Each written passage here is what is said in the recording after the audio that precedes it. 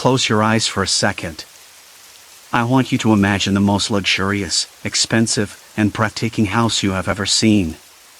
We are going back in time to the year 1682. We are in France, just a short carriage ride away from Paris. You are standing at the golden gates of the Palace of Versailles. It is the absolute peak of Western civilization. It is the headquarters of the Sun King, Louis XIV.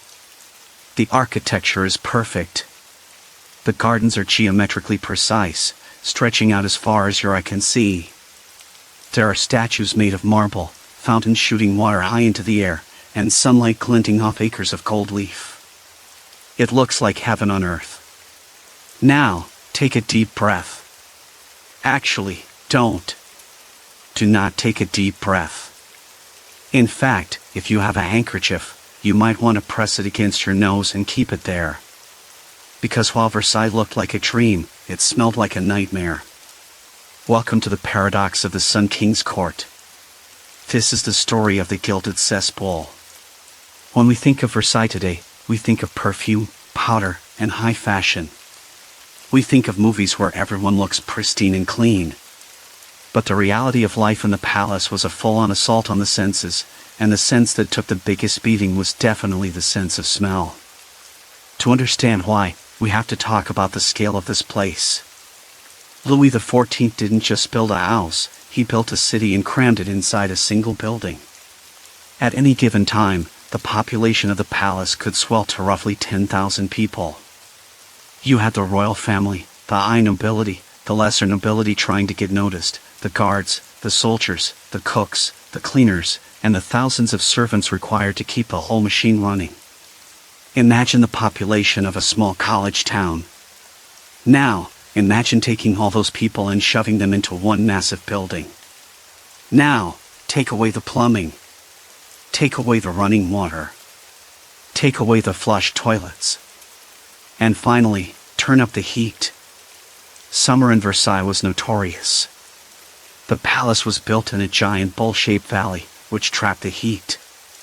The sun would beat down on the slate roofs, turning the attic rooms where the servants and lesser nobles lived into ovens. And in that heat, things started to cook. So, what exactly did the Eau de Versailles smell like? It wasn't just one thing. It was a complex cocktail of terrible odors. First, you had the people themselves. In the late 17th century, personal hygiene was, let's call it experimental. We will get into the details of why they didn't bathe later, but for now, just know that most of these 10,000 people had not touched a bathtub in years. They were covered in layers of heavy silk, velvet, and wool, sweating in the summer heat. The smell of stale, unwashed human bodies was the base note of the palace. Then, you have the food. The kitchens at Versailles were massive industrial operations, often located far away from the dining rooms. Food had to be carried through the corridors. Scraps were dropped. Grease soaked into the floorboards. In the hidden courtyards, rotting vegetables and animal carcasses piled up before they could be carted away. And then, there were the animals. We aren't just talking about the king's hunting dogs, although there were plenty of those running around inside the palace, often relieving themselves in the hallways. We are talking about the vermin. Mice and rats lived in the walls and under the floorboards, living their best lives on the dropped crumbs of the aristocracy. When they died, they rotted right there in the walls, adding the sweet, sickly smell of decay to the air. But the biggest contributor to the smell, the elephant in the room, or rather, the elephant in the hallway, was the waste. Versailles was an architectural marvel, a triumph of art and design. But biologically, it was a disaster zone. When Louis XIV expanded the palace, he spent millions on mirrors and paintings, but he didn't really think about sewage. There was no septic system. There were very few designated places to go to the bathroom. So, what happens when 10,000 people need to go, and there is nowhere to go? They go wherever they can. They used chamber pots, which were essentially fancy buckets. And when those buckets were full, they had to be emptied. Sometimes they were carried out to a designated spot. Sometimes, if a servant was lazy or in a rush, they were simply dumped out of the nearest window into an inner courtyard. If you were a visitor walking through the palace, you had to be careful where you stepped. The grand corridors, lined with statues of Greek gods, often had piles of excrement tucked behind heavy velvet curtains. The stairwells were popular spots for relief. Even the fireplaces weren't safe. One visitor at the time described the smell of the palace as a mix of the smell of a carcass and a slice of ham. Another observer, a foreign diplomat, wrote home saying that the stench in the hallways made his eyes water. It creates such a bizarre contrast in your head, doesn't it? Imagine a duke and a duchess. They are wearing outfits that cost more than a modern sports car. She is dripping in diamonds, he has a wig that stands 6 inches off his head. They are bowing to each other, speaking in polite, flowery French, discussing philosophy or opera. And right next to them, in the corner of the room, is a pile of filth. And they are just ignoring it. They had to ignore it. If they acknowledged the smell every time it hit them, they'd never get anything done. It became background noise. But the outside wasn't much better. You might think, okay, the palace is gross, I'll just go for a walk in those beautiful gardens. Well, think again. The gardens were huge, covering nearly 2,000 acres. But remember, there were no public restrooms. The perfectly manicured hedges, the ones that look so neat in the photos, they served a dual purpose. They were the privacy screens for thousands of nobles and servants. On a hot day, the smell rising from the famous gardens of Versailles was strong enough to make people faint. The soil was saturated. The fountains, which were designed to look like fresh, sparkling magic, often drew their water from sources that were contaminated by the runoff from the palace. This was the great paradox of the Sun King's court. Louis XIV wanted Versailles to be the center of the universe. He wanted it to be the place where the sun never set, a place of pure, blinding radiance. He wanted to intimidate the rest of the world with his wealth and taste. And he succeeded. The world was jealous of Versailles. Every other king in Europe wanted a palace just like it. But beneath the gold leaf, beneath the red-heeled shoes and the expensive wigs, the place was rotting. It was a biological hazard disguised as a jewelry box. So, how did they survive it? How did the richest people in the world convince themselves that living in filth was actually the height of sophistication? Why did they think water was dangerous? And seriously, how did they go to the bathroom in those giant skirts? To understand that, we have to get inside their heads. We have to understand the strange, terrifying, and sometimes hilarious world of 17th century medicine. Because believe it or not, they didn't stink because they were lazy. They stank because their doctors told them it would save their lives. Chapter 2, The Medical War on Water. So, we have established that the Palace of Versailles smelled like a barnyard mixed with a sewer. It was hot, it was crowded, and it was filthy. Now, if you are anything like me, your first instinct when you feel gross is to jump into a hot shower. You want to scrub off the day, use some nice smelling soap, and just feel clean again. It is a basic human instinct, right? Well, not exactly. If you traveled back to 1682 and suggested to a French duke that he should take a warm bath to cool down, he would look at you like you just handed him a loaded gun. In the 17th century, people didn't avoid bathing because they were lazy. They didn't avoid it because they liked being dirty. They avoided it because they were absolutely terrified of water. This is where the story gets really interesting. It wasn't just a cultural habit, it was a medical survival strategy. To understand the hygiene or the lack of it at Versailles, we have to look at the medical textbooks of the time. You have to remember that this was an era before we knew about germs. Nobody knew what a bacteria or a virus was. Instead, doctors believed in something called the humoral theory.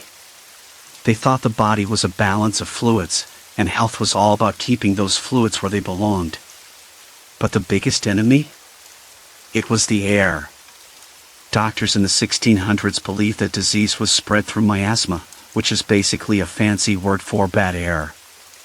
They thought that sickness floated around in invisible clouds, waiting to drift into your body and kill you. And this brings us to the bath. The medical consensus at the time was that hot water was dangerous. They believed that when you sat in hot water, the heat penetrated your skin and opened up your pores. Now, today, we think opening pores is a good thing. We pay extra for facials to do exactly that.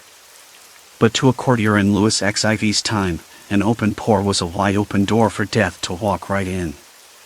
They believed that if your pores were open, the miasma, that bad, infected air, would seep right through your skin and attack your internal organs. A bath wasn't a spa day, it was a breach of your bodily fortress. They literally thought that water weakened the muscles and made the body vulnerable to the plague.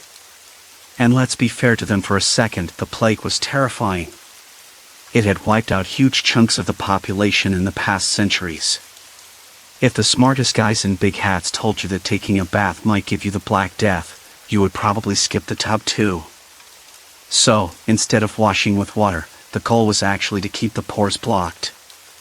A layer of grime, sweat, and natural oils was seen as a protective shield. It sealed the body off from the dangerous outside world. Being a little bit greasy meant you were safe.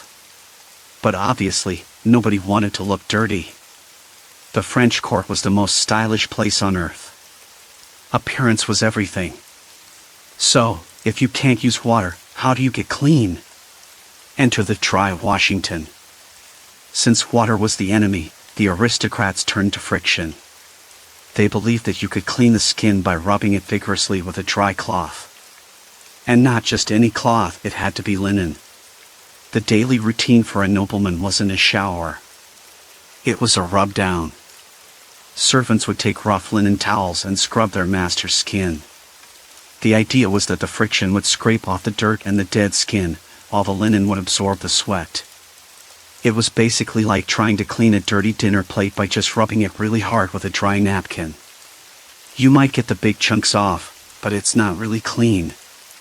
They would use rubbing alcohol or wine sometimes to wipe their face or hands, which probably did help kill some bacteria by accident, but a full body soak was out of the question. This fear of water changed the entire definition of what the word clean meant. Today, if I say someone is clean, I mean their body is washed. In the 1600s, clean had nothing to do with your skin. It was all about your shirt. This was the golden age of linen. If you were rich, you showed off your cleanliness by wearing bright, stark white linen shirts. The theory was that the linen acted like a wick. They believed the shirt would draw out the impurities and sweat from your body like a sponge. So, if your shirt was white, it meant it was doing its job, and therefore, you were clean. This is why the nobles at Versailles changed their clothes constantly. A very wealthy courtier might change his shirt 3 or 4 times a day. It was a massive flex. It showed that you had enough money to own hundreds of shirts and enough servants to keep them washed and bleached. It creates this incredible visual contrast. Picture a nobleman at Versailles. On the outside, he looks immaculate. He is wearing a velvet coat that cost a fortune. His lace cuffs are snowy white and crisp. His wig is perfectly powdered. He looks like a porcelain doll. But underneath all those layers, his skin is caked in months, maybe years, of gray, sweaty grime. He has lice crawling in his hair. And he probably hasn't washed his feet since, well, maybe ever. There is a famous story about a specific duke who was asked if he wanted to take a bath for a medical treatment. He replied, completely serious, that he couldn't possibly take a bath because he didn't have the time to spend a week in bed recovering from it. That is how physically exhausting and dangerous they thought the act of bathing was. Even babies weren't safe from this logic. When a royal baby was born, they weren't washed in water. They were rubbed down with oil or wine and then swaddled tight. The doctors warned mothers that washing a baby's head with water would leave their brain open to the air and make them stupid or crazy. It is hard for us to wrap our heads around this today. We see water as the source of life and health. They saw it as a slow poison. This belief system held strong for decades. It meant that the most beautiful palace in the world was populated by people who were essentially dry-cleaning themselves. And this medical fear didn't just stay in the textbooks. It dictated the daily life of the most powerful man in the world. Louis XIV, the Sun King, the man who built Versailles, was the ultimate example of this dry-wash lifestyle. He had a hygiene routine that was so complicated, so public, and so bizarre that it became a spectator sport. If you think your morning routine is a hassle, just wait until you hear what the king had to go through just to wipe his face. Chapter 3, The Sun King's Rituals. We have talked about the smell of the palace, and we have talked about the medical fear of water. But now, we have to talk about the man who set the standard for all of this. The trendsetter. The influencer of the 17th century. The Sun King himself, Louis XIV. You have to understand that in Versailles, Louis wasn't just a political leader, he was basically a god walking on earth. Whatever he did, everyone else copied. If he wore red heels, everyone wore red heels. If he decided that bathing was dangerous, then nobody bathed. Historians have dug through the records, and the numbers are a little bit shocking. It is widely believed that Louis XIV, in his entire adult life, only took a full immersion bath, like sitting in a tub of water 2 or 3 times. And he didn't do it because he wanted to relax with some bubbles. He did it because his doctors prescribed it as a desperate medical treatment for convulsions. And even then, he apparently hated every second of it. So, if the King of France wasn't washing, what was he doing? Well, he was putting on a show. Louis XIV invented the concept that privacy was for peasants. For a king, every single moment of life was a public ceremony, including his morning hygiene routine. This brings us to one of the most famous and bizarre rituals in history, the lever. The word lever just means getting up. For you and me, getting up involves hitting the snooze button, groaning, stumbling to the bathroom, and brushing our teeth. For Louis, it was a choreographed theater production involving 100 people. Here is how it went down. Every morning at 8:30 a.m., the king's first valet would wake him up. Then, the doors would open, and the first entree would happen. This was for the VIPs, the king's immediate family, his doctors, and a few lucky favorites. They would watch him while he was still in bed. Then came the grand entree. This is where the room filled up with nobles, government officials, and courtiers. We are talking about dozens of people crowding into the bedroom, jostling for a good view. And what were they watching? They were watching the king get cleaned. But remember, clean in 1682 didn't mean water. The king would step out of bed, and the valet would pour some spirits of wine, basically high-proof rubbing alcohol, onto the king's hands. Louis would rub his hands together, and then he would take a cloth soaked in spirits and wipe his face. And that was it. That was the shower. Sometimes, if he was feeling fancy, he might use a little bit of rose water. But mostly, it was just an alcohol wipe. Then, the ceremony turned into a dressing game. One high-ranking noble would have the honor of holding the king's left sleeve. Another would hold the right sleeve. The highest-ranking person in the room, usually the king's brother or a son, would have the supreme honor of handing the king his shirt. It sounds ridiculous to us, but for these guys, handing the king his shirt was like winning the Super Bowl. It meant you were important. It meant you were close to power. But while the king looked magnificent in his silk and diamonds, getting close to him came with a serious downside. If you were lucky enough to be in the front row of the lever, you were also in the splash zone for the king's breath. Let's talk about Louis XIV's teeth. If you think modern dentistry is scary, 17th century dentistry was basically a torture chamber. Louis had a terrible diet. He loved sugar. He loved fruit. And by the time he was 40, his mouth was a disaster zone. His teeth were rotting in his head. In 1685, his personal physician decided that the only solution was to pull the teeth out. But they didn't have nice chairs and Novocaine. They had pliers and brute force. During the extraction of his upper left teeth, the doctor pulled so hard that he accidentally broke the king's jaw. He fractured the palate, the roof of the mouth. So now, the king had a hole connecting his mouth to his nasal cavity. It gets worse. For the rest of his life, when the king drank wine or soup, if he wasn't careful, the liquid would go up through the hole in the roof of his mouth and dribble out of his nose. To fix this, the doctors decided to cauterize the wound. That means they took a red-hot iron rod and shoved it into the king's mouth to burn the flesh shut. They did this 14 times. And remember, there was no anesthesia. The king just sat there and took it. He was surprisingly tough. But the result of all this rotting teeth and infected gums was a case of halitosis, bad breath, that was legendary. Historical accounts verify that the king's breath was absolutely lethal. It was described as smelling like necrotic tissue. Imagine being a courtier. You have spent your whole life trying to get close to the king. Finally, you get to stand next to him while he wipes his face with wine. He turns to whisper a secret in your ear, and you are hit with a smell that could peel paint off the walls. And you can't flinch. You can't make a face. You have to smile and say, "Yes, Your Majesty, you smell delightful." That was the reality of the royal court. But the teeth weren't the only issue. The king's health was a matter of public record, and his doctors, Fagin and Daquin, were obsessed with his digestion. They believed that a king should eat a lot to show his power, so Louis ate massive meals. But then, they worried he was too full, so they constantly gave him laxatives. The king was purging his system all the time. This led to complications. The most famous medical event of Louis XIV's life involved his backside. In 1686, the king developed a painful lump. It was an anal fistula.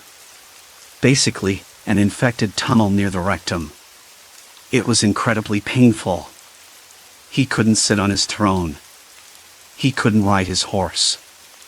This was a crisis for France. If the king can't sit, the king can't rule. The doctors tried everything. Poultices, ointments, prayers. Nothing worked. Finally, the royal surgeon, a man named Charles-François Felix, said he could cut it out. But this was a very delicate operation, and if he slipped, he could kill the king or leave him incontinent. So, what did Felix do? He practiced. He went to the hospitals of Paris and gathered up dozens of peasants who had the same condition. He practiced the surgery on them to perfect his technique. Many of them didn't make it. But eventually, Felix felt ready. On November 18, 1686, the king lay down on his bed. No anesthesia. Felix used a specially designed curved scalpel, which is still in a museum today, by the way, and performed the surgery. Louis XIV didn't scream. He held the hand of his minister, Louvois, and stayed perfectly still. The surgery was a success. Now, here is the most Versailles part of the story. Because the king had this surgery, it became trendy. Suddenly, all the courtiers started complaining about their own backsides. People who didn't even have a fistula started wearing bandages around their bottoms just to be like the king. It became a badge of honor to have the king's ailment. The surgeon, Felix, became a superstar. He was given lands, money, and a title. He was the guy who fixed the royal butt. But even with the surgery, the king's health continued to decline as he got older. He developed gout, which is a painful swelling of the joints, usually caused by a rich diet of meat and alcohol. His foot would swell up to the size of a melon. He had to be wheeled around the incredible gardens of Versailles in a little wheelchair because he couldn't walk. So, when you look at those majestic portraits of Louis XIV, standing tall in his wig and high heels, looking like a god, remember the reality. He was a man who wiped his face with alcohol instead of washing. He had a hole in his jaw that leaked soup out of his nose. His breath smelled like a tomb. And he had just undergone major surgery on his rear end. He was a decaying human being wrapped in the most expensive silk in Europe. And he was the cleanest person in the room. If the king was this bad, imagine the state of the building he lived in. Because while Louis was dealing with his personal plumbing issues, the palace itself was facing a plumbing catastrophe of a much larger scale. Chapter 4, A Palace Built on a Swamp. So, we've covered the smell, the fear of bathing, and the king's terrifying dental history. But you might be wondering, why? Why was the palace so smelly? Why was it so hard to keep clean? Was it just because people didn't like washing? Or was there something fundamentally wrong with the building itself? The answer is yes. The Palace of Versailles was a disaster waiting to happen before the first brick was even laid. And it all comes down to the golden rule of real estate: location, location, location. If you were going to build the capital of the most powerful country in Europe, you would probably look for a few things. You'd want fresh air. You'd want a nice river nearby to carry away waste. You'd want solid ground to build on. Louis XIV looked at a map of France, pointed to a swamp, and said, "I want it there." To understand why this happened, we have to go back a generation. Before it was a golden palace, Versailles was just a tiny, humble hunting lodge built by Louis's father, Louis XIII. It was a man cave in the middle of nowhere. It was a place where the king could go to hunt deer, sleep in a rough bed, and get away from the nagging of the court in Paris. It wasn't meant for luxury. It was essentially a cabin in the woods. When Louis XIV took over, everyone expected him to tear down the old lodge and build something new in a better spot. But Louis had a sentimental streak. He wanted to keep his father's lodge, but he also wanted to envelop it in a massive stone envelope of grandeur. He wanted to turn a cabin into a city. There was just one huge problem. The land around the lodge was terrible. It was marshland. It was boggy, wet, and totally unsuited for a massive stone structure. Imagine trying to build a skyscraper on top of a sponge. That is basically what the architects were dealing with. The ground was shifting and soft. To make it stable, they had to move massive amounts of earth. It was one of the biggest construction projects in human history. But the geography fought back. Because it was a swamp, the air was thick and humid. In the summer, the heat would get trapped in the valley, creating a stifling, heavy atmosphere. And where there is standing water and heat, there are insects. Versailles was mosquito central. In the 17th century, nobody knew that mosquitoes carried malaria. They just knew that if you spent too much time near the swamps, you got the fevers. Thousands of workers died building Versailles. We don't have the exact numbers because the king didn't like to keep records of bad news, but there are accounts of cartloads of dead bodies being hauled away at night so the courtiers wouldn't see them in the morning. The Swiss Guard, the elite soldiers, were often used for manual labor to dig the canals and drain the swamps. So many of them died from mudslides, accidents, and swamp fever that the soil of Versailles is practically built on a foundation of bones. But Louis didn't care. He was the Sun King. He believed he could command nature just like he commanded his people. If the land was wet, he would order it to be dry. However, while he could drain the swamp enough to build the walls, he couldn't fix the dampness. The palace was notoriously wet. It leaked. The stone walls would get up moisture from the ground. Courtiers constantly complained about the cold and the damp. The fireplaces were huge, but they were inefficient. You could be roasting your face in front of the fire while your back was freezing solid. The dampness meant that mold grew everywhere. Clothing stored in wardrobes would rot. Expensive velvet curtains would turn green with mildew. The smell of mold mixed with the smell of the cesspools to create the unique eau de Versailles we talked about earlier. And this brings us to the biggest architectural oversight of the entire project, the plumbing. When you build a modern city, the first thing you put in is the sewer system. You lay the pipes underground before you build the houses. Louis XIV built the house first and, well, he never really got around to the sewers. The architects were so focused on the visual beauty, the painted ceilings, the marble staircases, the hall of mirrors, that they forgot the functional necessity of waste management. There was no integrated pipe system to carry waste out of the building.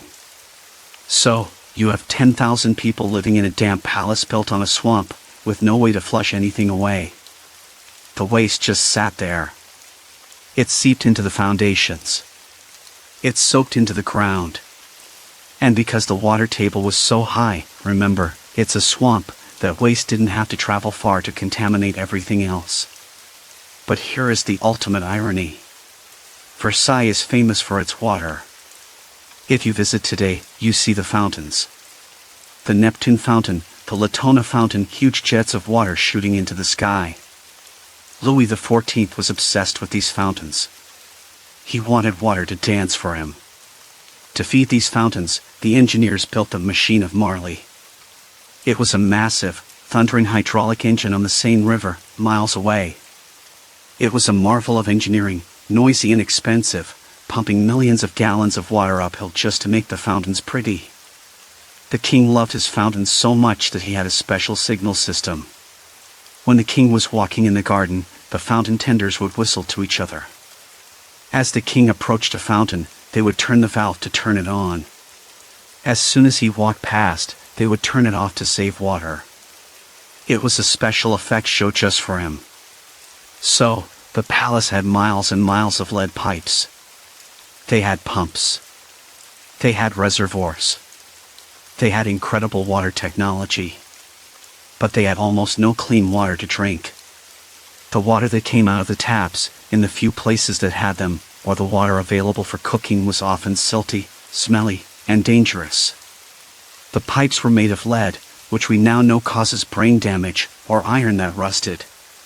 The reservoirs were often open to the air, collecting dust, leaves, and dead birds. The courtiers knew the water was bad. If you drank a glass of water at Versailles, you were gambling with your stomach. It looked cloudy. It sometimes had a reddish tint from the rusty pipes or the clay soil. This is one of the main reasons why everyone, including children, drank wine and beer. It wasn't just because they liked to party. It was a safety precaution. The alcohol killed the bacteria that was swimming in the water. Imagine the frustration. You are a duke. You look out your window and see millions of gallons of water shooting into the air, sparkling in the sun, purely for decoration. But if you are thirsty, your servant hands you a glass of brown sludge that smells like old pennies. This lack of clean water infrastructure contributed to everything. You can't wash your hands if the water is dirty. You can't wash your clothes if the water stains them brown. You can't clean the floors if the water smells worse than the floor does. So, the geographical mistake of Versailles wasn't just an inconvenience. It was the root cause of the filth. By building on a swamp, Louis ensured the palace would always be damp and moldy. By prioritizing fountains over sewers, he ensured the palace would always be filled with waste. He built a golden cage, but he built it on top of a compost heap. And speaking of waste, now that we know there were no sewer pipes, we have to answer the most practical question of all. When nature called for the 10,000 people stuck inside this golden swamp, where exactly did they go? Get ready, because in the next chapter, we are going to talk about the most important piece of furniture in the entire palace. The Pierce chair. Chapter 5, The Problem of the Chaise Percée. Okay, so we have established that the Palace of Versailles was built on a swamp, had terrible drainage, and zero working sewers. But biology doesn't stop just because the architect forgot to put in a bathroom. People still have to eat, and people still have to, well, process that food. So, let's get down to the nitty-gritty. In a palace with thousands of rooms and no toilets, what was the actual mechanism for going to the bathroom? Ladies and gentlemen, allow me to introduce you to the most important piece of furniture in the 17th century, the Chaise Percée. If you translate that directly from French, it means Pierce chair. But let's call it what it was, a fancy box with a hole in it. Now, don't picture a modern plastic commode you might see in a hospital. This is Versailles. Everything has to be extra. These chairs were designed to blend in with the rest of the furniture. They were often made of expensive wood like walnut or oak. They were padded with velvet or damask fabric. They had armrests. Some of them even had decorative studs and gold trim. If you walked into a room and saw one with the lid closed, you might think, oh, what a lovely seat. You might even be tempted to sit on it to tie your shoes.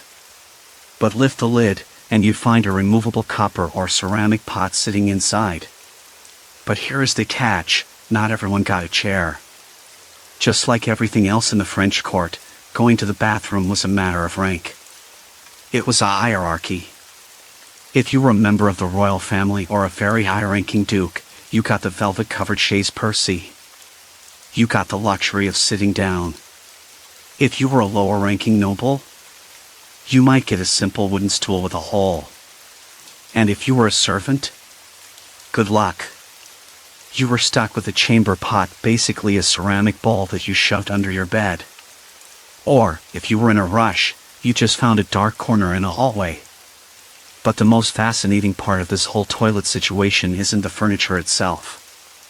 It's the performance surrounding it. We need to talk about the business of the king. In modern society, the bathroom is the one place where we expect total privacy. It is the one place you can lock the door and just be alone. But for Louis XIV, privacy didn't exist. Remember, his body was considered sacred. His body was the state. Therefore, the functions of his body were a matter of national importance. Using the toilet wasn't something to hide. It was a ceremony. The king's Chaise Percée was a magnificent object. It was covered in black velvet because, apparently, black is slimming even for furniture. And when the king felt the urge to use it, it wasn't a quick dash to a water closet. This leads us to one of the strangest honors in the history of politics, the brevet d'affaires. Basically, this was a business patent. It was a special permission slip granted by the king to a select group of courtiers. And what did this permission slip allow you to do? It allowed you to stand in the room and watch the king do his business. I want you to really visualize this scene. It's mid-morning. The king is in his bedchamber. He signals that he needs the chair. The officers of the wardrobe rush in carrying the velvet box. They place it in the center of the room. The king sits down. And then, the audience settles in. We are talking about the most powerful men in France, ministers, generals, dukes. These are men who command armies. And they are standing there, respectful and quiet, watching their monarch relieve himself. Why on earth would anyone want this job? Why would you fight for the right to smell that? Because it was the ultimate power move. In a court of 10,000 people, access was everything. If you were in that room, you had the king's ear, literally and figuratively. You could whisper a request to him. You could ask for a favor for your nephew. You could suggest a new law. It was widely known that the king was often in a good mood during this time. He was relaxed. He was unburdened. So, the stool of business became one of the most important political seats in the kingdom. Decisions that affected the future of France, wars that changed the map of Europe, were discussed and decided while Louis XIV was sitting on a velvet box with his pants down. It was a privilege. If the king liked you, he might say, "Please, stay while I attend to my needs." If he was mad at you, you were kicked out of the room, which was a massive public humiliation. Imagine being shamed because you weren't allowed to watch someone poop. That was the logic of Versailles. But what happened when the deed was done? This is where the reality of the pierced chair gets gross. Today, we flush, and the problem goes away instantly. It travels miles away through a pipe. In Versailles, the problem stayed in the room. Once the king or any other noble was finished, the chair carrier, yes, that was a real job title, would take the copper pot out from under the seat. But they didn't always run it straight to a cesspool. Sometimes, the pot would just be covered with a lid and left in the corner of the room until a servant could get around to it. Sometimes, if the hallways were busy, it might sit there for hours. Now, think about the smell we talked about in Chapter 1. Combine that with a hot summer day. You have a bedroom with heavy velvet curtains, no air conditioning, and a pot of waste sitting in the corner. And people are hanging out in there. They are playing cards, eating snacks, and gossiping, just ignoring the bucket of doom a few feet away. The Chaise Percée was a mobile biological hazard. And because there were so many of them, and so many servants moving them around, accidents happened. There are records of servants tripping in the hallways while carrying full pots. Imagine the mess on those expensive parquet floors. Imagine the smell soaking into the wood. And because cleaning was difficult without running water, they would often just wipe it up with a dry cloth and maybe sprinkle some perfume over the spot. This system also created a weird gray area for everyone who didn't have a chair. If you were a visitor at the palace, let's say you were a foreign diplomat or a lesser noble visiting for the day, you were in trouble. You didn't have a bedroom. You didn't have a personal chair. And there were no public restrooms marked gentlemen. So, if you were walking down the hall of mirrors and you had to go, you had two choices. You could try to bribe a servant to let you use a private closet, if you could find one, or you could do what thousands of people did. You found a dark corner. This reliance on the Chaise Percée for the rich and the floor for the poor meant that the palace was in a constant state of being soiled. The chair was a luxury item, a symbol of status. Having a pot to pee in was the 17th century equivalent of driving a Ferrari. It said, "I am too important to squat in the stairwell." But even for the king, the luxury had its limits. Sure, the seat was velvet. Sure, the audience was respectful. But at the end of the day, he was still sitting on a box in a room with bad ventilation. And while the king's business was a public affair, the situation was even more complicated and infinitely more difficult for the women of the court. Because while the men could just stand up and walk away, the women were dealing with fashion that made using a Chaise Percée an Olympic sport. But before we get to the ladies, we have to look at what was happening just outside the bedroom doors. Because if the king's room smelled bad, the hallways were a literal minefield. Chapter 6, The Corridors of Filth. Alright, take a deep breath. Actually, remember what we said in Chapter 1? Keep that handkerchief over your nose. Because we are leaving the semi-private, velvet-covered world of the king's bedroom and stepping out into the public hallways. And if you thought the bedroom situation was bad, the hallways are where things go completely off the rails. We just talked about the Chaise Percée, that fancy toilet chair. But remember, those were status symbols. They were for the VIPs. The king had one. The princes had them. The top-tier dukes had them. But Versailles was filled with nearly 10,000 people every day. You had lesser nobles, guards, merchants selling lace, musicians, and an army of servants. Most of these people did not have a bedroom in the palace. They were commuters. They showed up in the morning to kiss up to the king, and they stayed all day. So, here's the math problem. You have thousands of people drinking wine and beer all day because the water is unsafe. They are stuck in a building with no public restrooms, no boys or girls signs, and no porta potties. So, where did they go? The answer is, everywhere. The corridors of Versailles weren't just passageways, they were an open sewer. It is hard to reconcile this image with the movies we see. In films, the courtiers glide down the hallways. They look graceful. Their dresses float an inch above the floor. But in reality, walking down a hallway at Versailles was an obstacle course. You were dodging puddles. You were stepping over piles. Historical accounts are very clear on this. If a courtier felt the urge, they didn't run around looking for a bathroom because they knew they wouldn't find one. Instead, they just found a corner. The stairwells were particularly popular. They were a little bit darker, a little bit out of the way. But out of the way is relative when the place is packed. It wasn't uncommon to walk up the grand marble staircase, a staircase designed to impress ambassadors from other countries, and see a count or a baron relieving himself against the banister. And it wasn't just the men. While the women had to deal with massive skirts, which made things complicated, the lack of options applied to them too. The vast skirts actually provided a sort of portable privacy tent. A lady could theoretically just stop, stand still, do her business, and walk away. The layers of fabric hid the act, even if they couldn't hide the puddle left behind. Imagine the smell soaking into the floorboards. Versailles has these beautiful parquet floors, intricate wood patterns that are world famous. But wood is porous. It drinks up liquid. After years of this daily abuse, the floors of the palace were essentially marinated in urine. We know all of this because the people who lived there complained about it constantly. Our best source for the dirty laundry of Versailles is a woman named Elizabeth Charlotte, the Princess Palatine. She was the wife of the king's brother.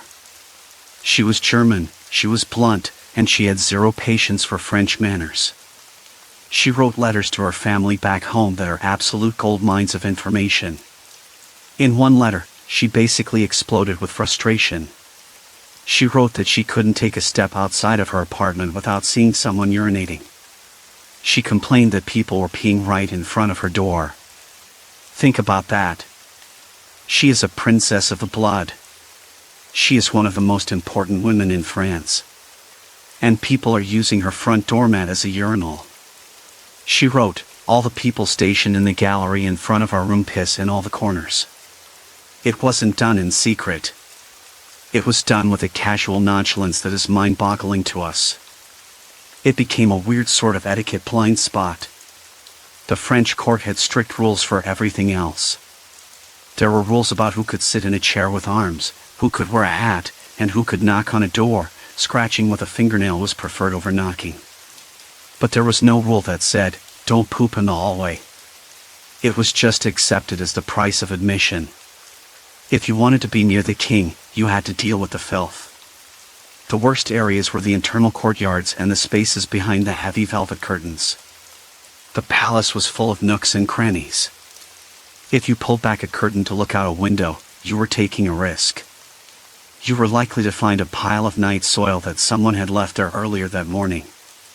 And then, there is the Hall of Mirrors. This is the most famous room in the palace.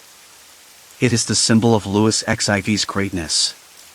17 massive mirrors facing 17 massive windows. Crystal chandeliers. Painted ceilings celebrating the king's military victories. It is breathtaking. But in the 17th century, the Hall of Mirrors was often used as a thoroughfare. It was a busy hallway connecting the king's apartments to the rest of the palace. And because it was busy, and because it was long, accidents happened there too. There are accounts of the Swiss guards, the guys whose job it was to protect the king, just letting it go right there in the most expensive room in Europe. The contrast is what makes it so jarring. You look up, and you see a painting of Louis XIV dressed as a Roman emperor. You look down, and you see human waste on the floor. So, who cleaned this up? There was an army of servants at Versailles, but they were fighting a losing battle. The cleaning schedule was loose. Usually, the corridors were swept once a week. Once a week. Can you imagine? With thousands of people using the floor as a toilet, waiting a week to clean it meant the filth just accumulated. It dried. It got tracked around on the soles of shoes. It got caught in the hem of those long, expensive silk dresses. When the servants finally did come through to clean, they weren't using bleach and disinfectant. They were using brooms and maybe some dry cloths. They pushed the solid waste out into the courtyards, where it would sit until the night soilmen came, which we will get to later. As for the liquid, they might toss a bucket of water over it to dilute it, or they might just let it air dry. This created a layer of grime that coated everything. The bottom few inches of every wall, every door frame, and every statue were stained. There were attempts to stop it. Every once in a while, an official order would be posted, by order of the king, no urinating in the stairwell. But nobody listened. It was a structural problem. You can put up all the signs you want, but if a man has to go, and there is nowhere to go, he is going to ignore the sign. Sometimes, the servants would try to mask the smell by burning herbs or spraying perfume in the hallways before a big event. But that just created a sickly sweet layer on top of the stench. It didn't fix the problem, it just perfumed the sewage. The casual nature of this filth affected the psychology of the court. It made them numb to it. If you grow up seeing filth in the hallways, you stop noticing it. It becomes invisible. This might explain why they were so focused on their appearance from the waist up. The wigs, the makeup, the jewelry, that was the part of you that was above the filth. But from the waist down, everyone was literally wading through the muck. And speaking of things that make your skin crawl, the filth wasn't just under their feet. It was also on their heads. Because while the courtiers were dodging puddles in the hall of mirrors, they were also scratching. A lot. Beneath those giant, powdery, magnificent wigs, there was a whole other ecosystem living its best life. Get your scratching stick ready, because in the next chapter, we are going to look underneath the wigs. Chapter 7, Beneath the Wigs. If you close your eyes and picture a French aristocrat from the 1700s, what is the first thing you see? It isn't the shoes, and it isn't the silk coat. It's the hair.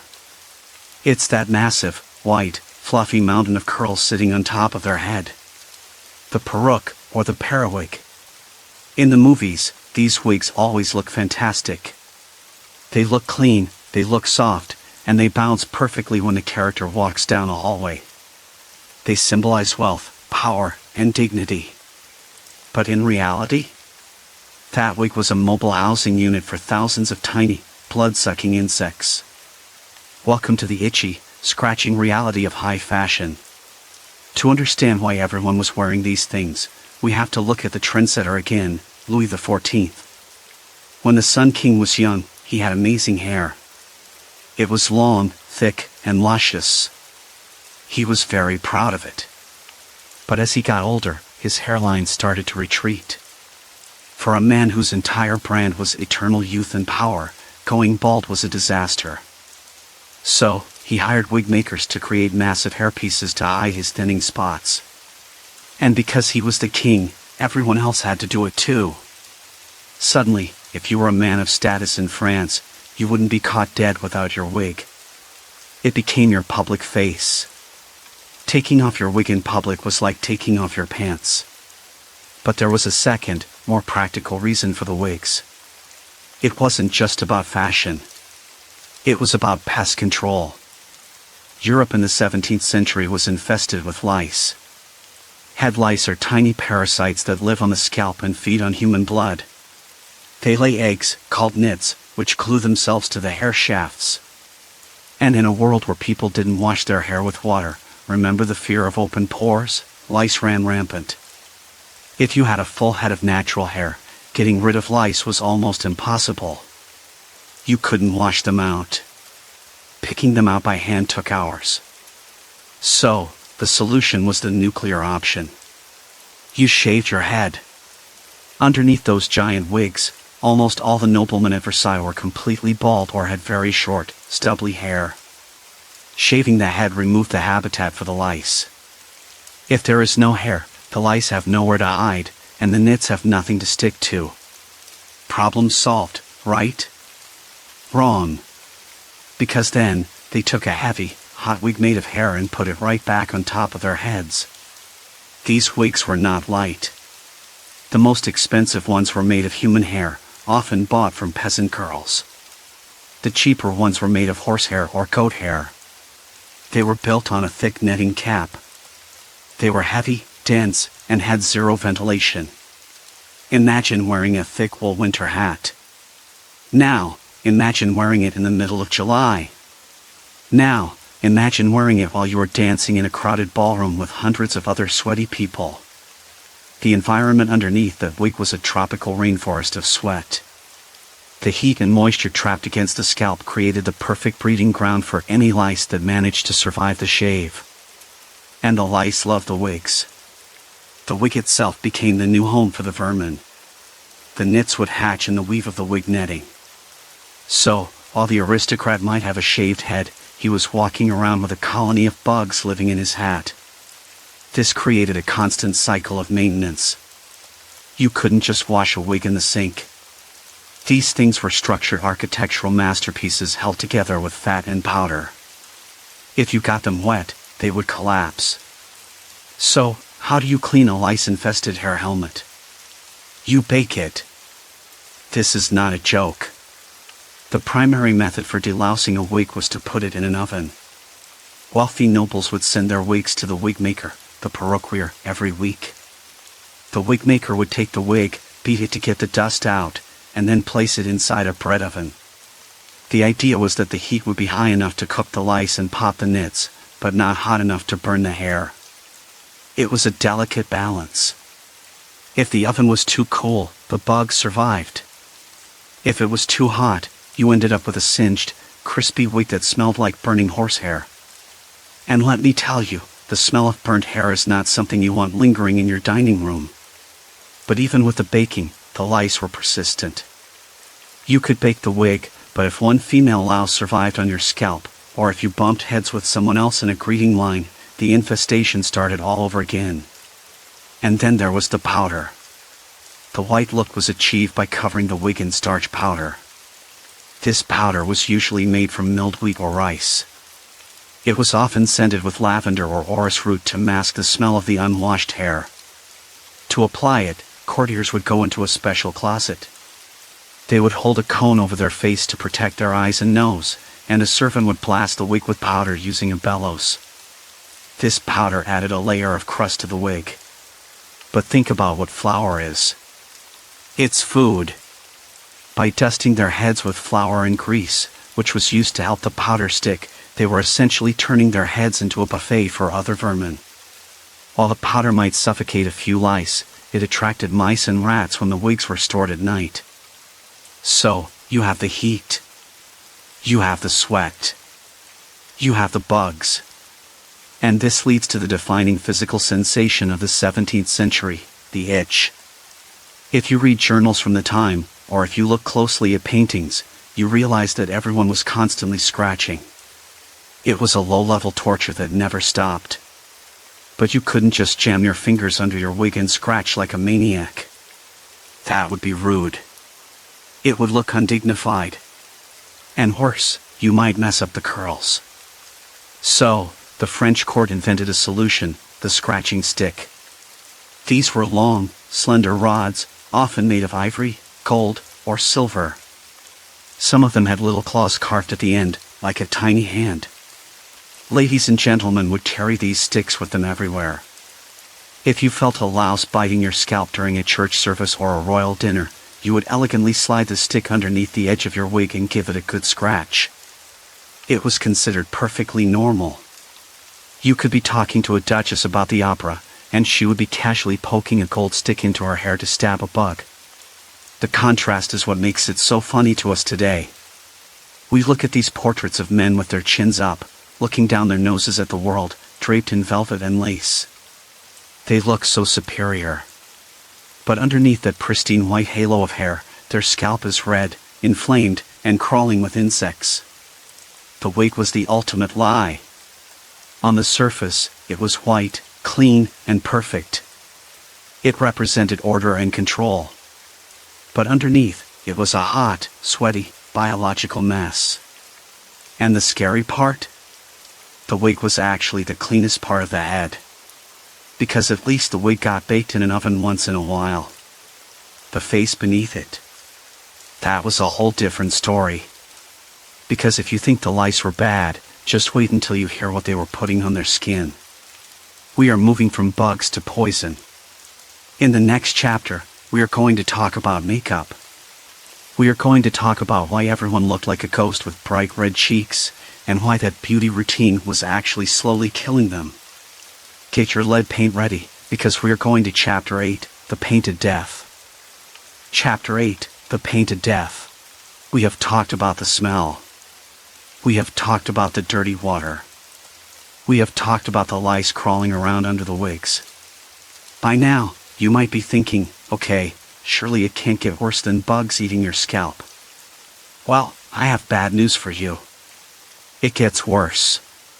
Because while the lice were annoying, they generally didn't kill you. But the things people put on their faces? That was a straight-up death sentence. Welcome to the world of 17th century beauty, where drop-dead gorgeous was taken literally. If you look at portraits from the time of Louis XIV, you notice a very specific look. Everyone, men and women alike, looks like a porcelain doll. Their skin is ghostly pale, totally matte, and flawless. Their cheeks are bright, aggressive red. It's a very stylized, artificial look. But achieving that look required chemistry that would make a modern health inspector scream. The foundation of this look was a product called Venetian ceruse. It was the product of the century. Every cool person in Europe was using it. It was expensive, it was luxurious, and it gave you that perfect, dead white coverage that was so trendy. So, what was in this magical cream? It was a simple mixture of two things, vinegar and white lead. Yes, lead. The heavy metal that we now painstakingly remove from paint and gasoline because it destroys the human brain. In the 1600s, they were slathering it directly onto their faces every single morning. The science behind it is terrifying. When you mix lead with vinegar, it creates a chemical reaction that turns the lead into a thick, opaque white paste. It covers everything. Smallpox scars? Gone. Pimples? Hidden. Uneven skin tone? Vanished. It created a literal mask that didn't crack easily. But here's the problem with lead, it absorbs through the skin. When you wear lead makeup every day, you are slowly poisoning yourself. The condition is called satanism, or lead poisoning. And the symptoms are like a horror movie script. First, your skin starts to turn gray and shriveled. It dries out. So, what do? You look in the mirror, see gray, wrinkly skin, and think, oh no, I look terrible. I better put on more makeup to hide it. It was a vicious cycle. The makeup caused the skin damage that required more makeup to hide.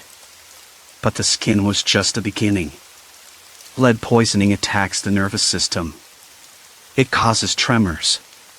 It causes hair loss, which explains why everyone needed those wigs we just talked about. It causes your teeth to rot and turn black. And eventually, it drives you mad.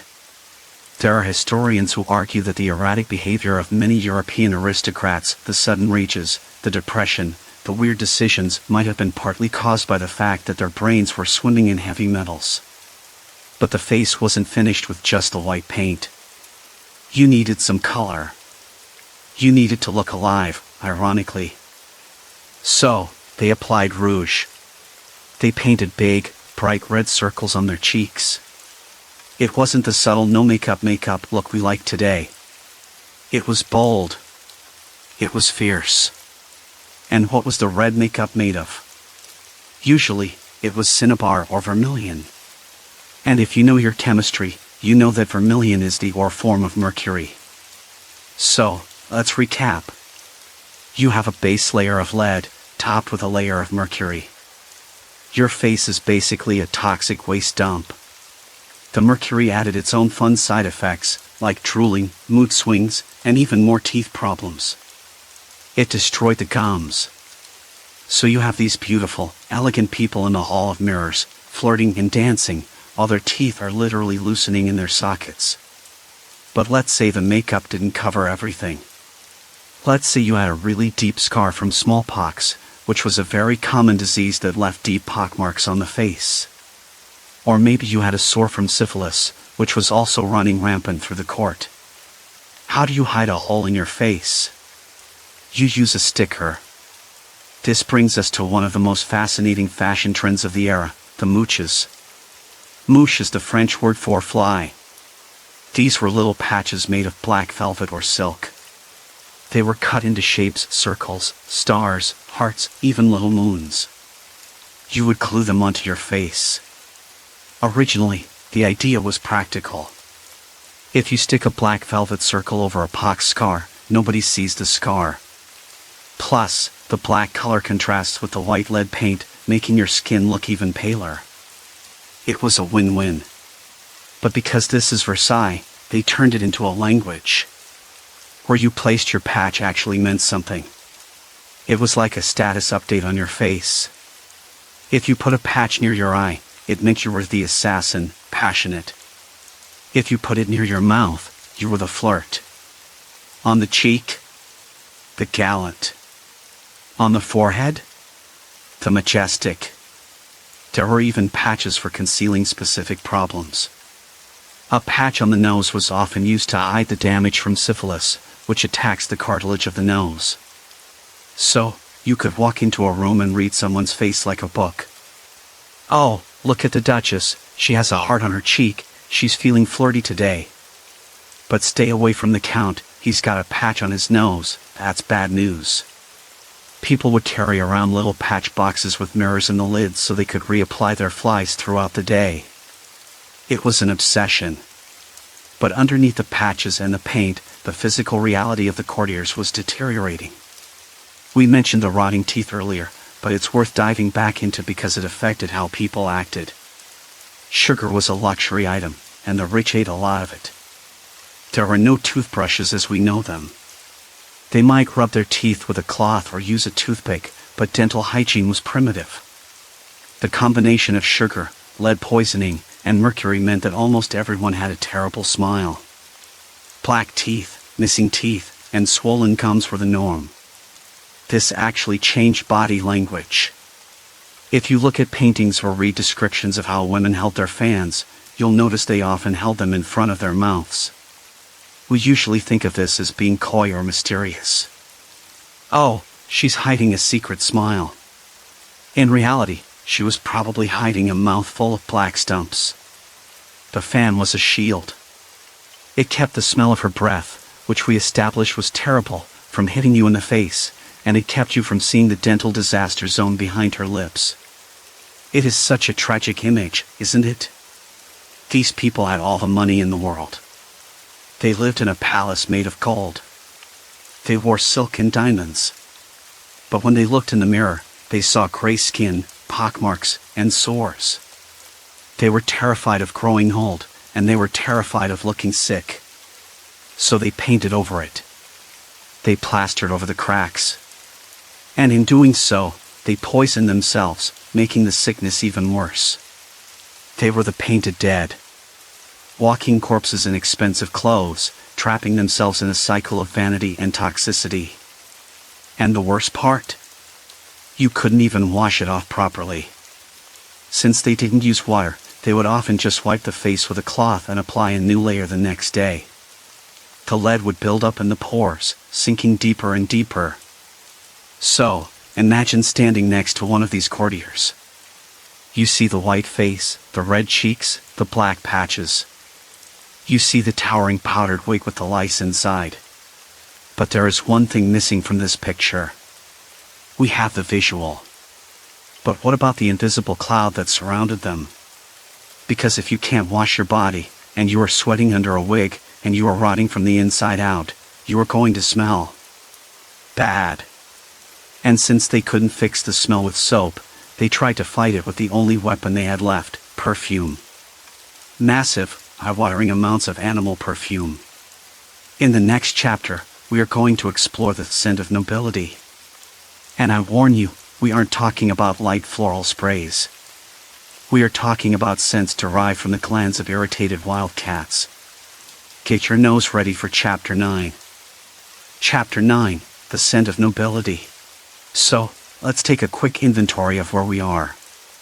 We have courtiers who haven't bathed in months. They are wearing wigs filled with lice. Their faces are covered in toxic lead paint. They are walking through hallways that double as toilets. And it is the middle of July in a building with no air conditioning. The smell must be absolutely unbearable, right? Well, if you were a time traveler, you would probably pass out immediately. But if you were a noble living in 1682, you had a secret weapon. You had a way to fight the funk. You couldn't wash the smell away, so you did the next best thing. You declared war on it with perfume. But here is the thing. When I say perfume, don't think of the nice, light, airy stuff we buy at the mall today. Don't think of fresh cotton or summer breeze. The perfume of the 17th century was heavy. It was thick. And honestly, it was kind of aggressive. It had to be. Think about what it was fighting against. You can't cover up the smell of a cesspool with a little bit of rose water. You need something nuclear. This brings us to the animal sense.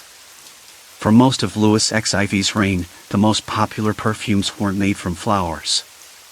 They were made from animal glands. The holy trinity of scent was musk, ambergris, and civet. Let's start with civet. It was incredibly expensive and highly prized. It was a thick, yellow paste that smelled incredibly strong. And where did it come from? It came from the perineal glands of the civet cat. To put it in polite terms, the most fashionable people in the world were rubbing cat butt paste on their bodies to smell wealthy. In its raw form, civet smells like, well, it smells like fecal matter. It's nasty. But if you dilute it down and mix it with other things, it creates a warm, musky, earthy scent that lingers for days. And that lingering part was key. They needed a smell that wouldn't quit. Then there was musk, which came from a gland in the stomach of the musk deer. And ambergris, which is a waxy substance produced in the digestive system of sperm whales, basically, whale vomit or poop that floats around the ocean until it smells good. These scents were heavy, animalistic, and incredibly potent. They were the olfactory equivalent of a velvet cape.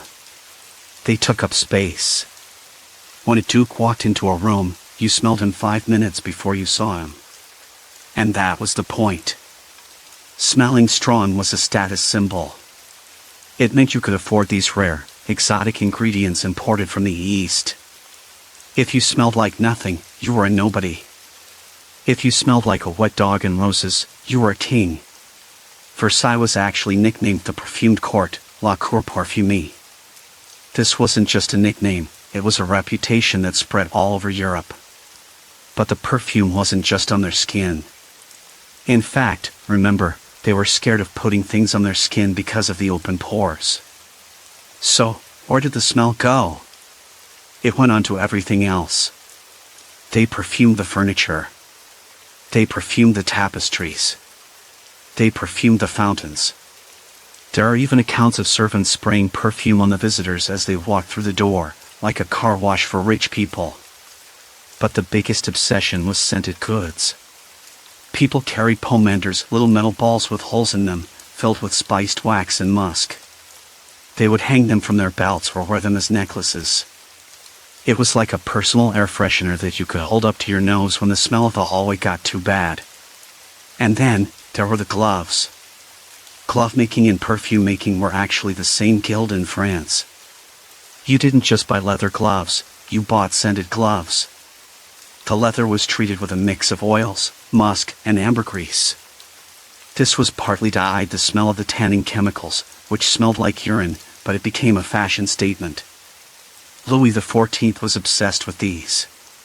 He had gloves for every occasion, all soaking in heavy animal musk. But here is where the irony kicks in.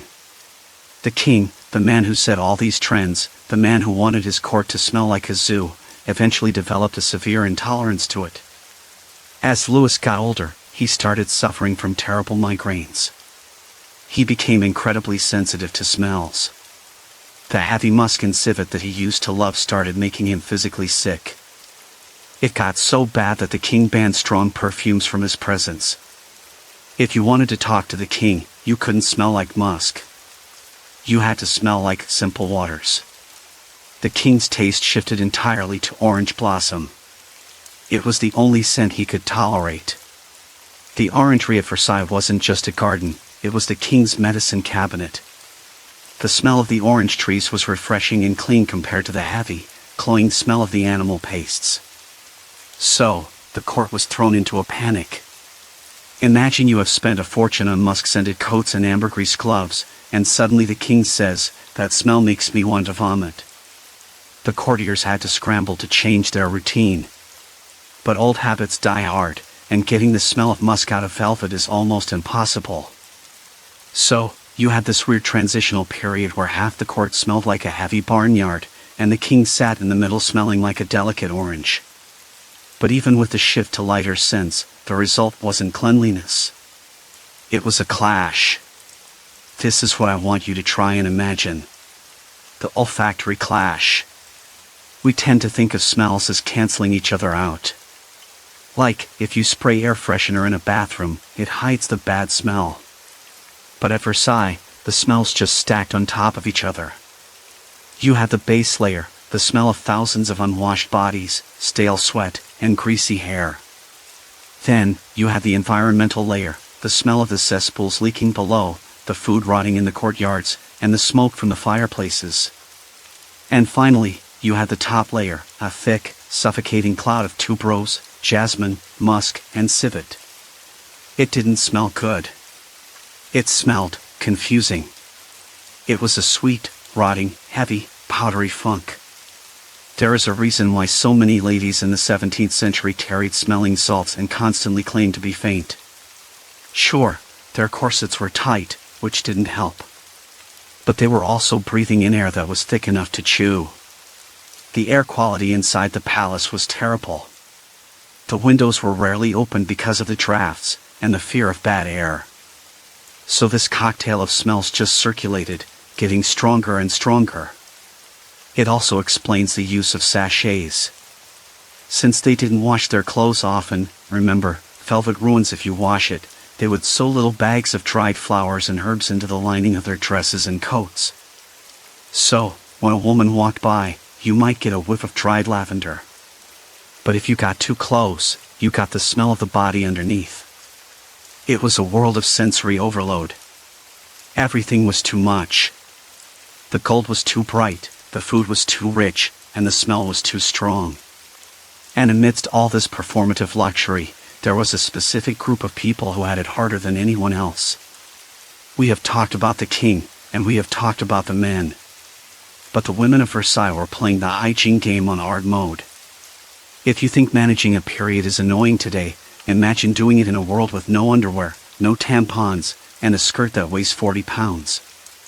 In the next chapter, we are going to look at the secret life of women. We are going to talk about rags, childbirth in public, and the mechanics of female hygiene in a palace designed by men. Chapter 10, The Secret Life of Women. We have spent a lot of time talking about the men of Versailles, the king, his doctors, the wigs, and the bowing. But now, we need to shift gears. Because if you think life at Versailles was gross for a duke, I want you to imagine what it was like for a duchess. Being a woman in the 17th century was difficult enough. But being a woman at Versailles was like playing the game of life on extra hard mode with cheat codes disabled. You had the same lack of plumbing. You had the same lice. You had the same lead paint on your face.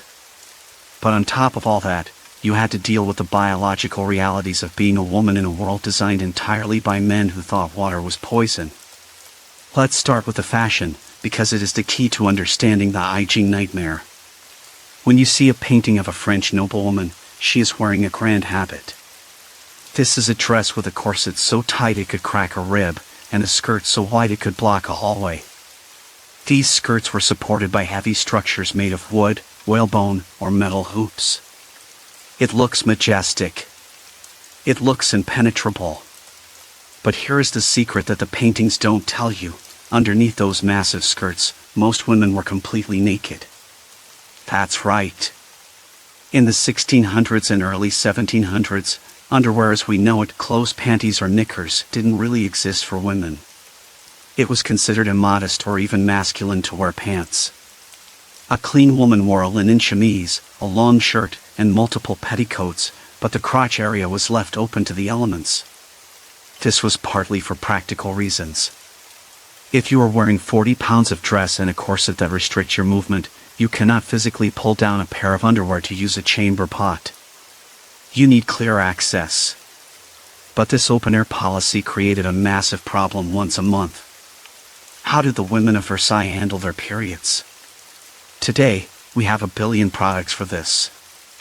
We have privacy. We have hygiene bins. They had rags. The term on the rag comes from this exact era. Women would use strips of linen or old cloth, folded over multiple times to create a makeshift pad. But since they didn't have underwear to hold it in place, they had to rig up complicated belt systems around their waists to keep the linen tucked between their legs. Now, imagine the anxiety. You are standing in the Hall of Mirrors. You are wearing a dress that cost more than a house.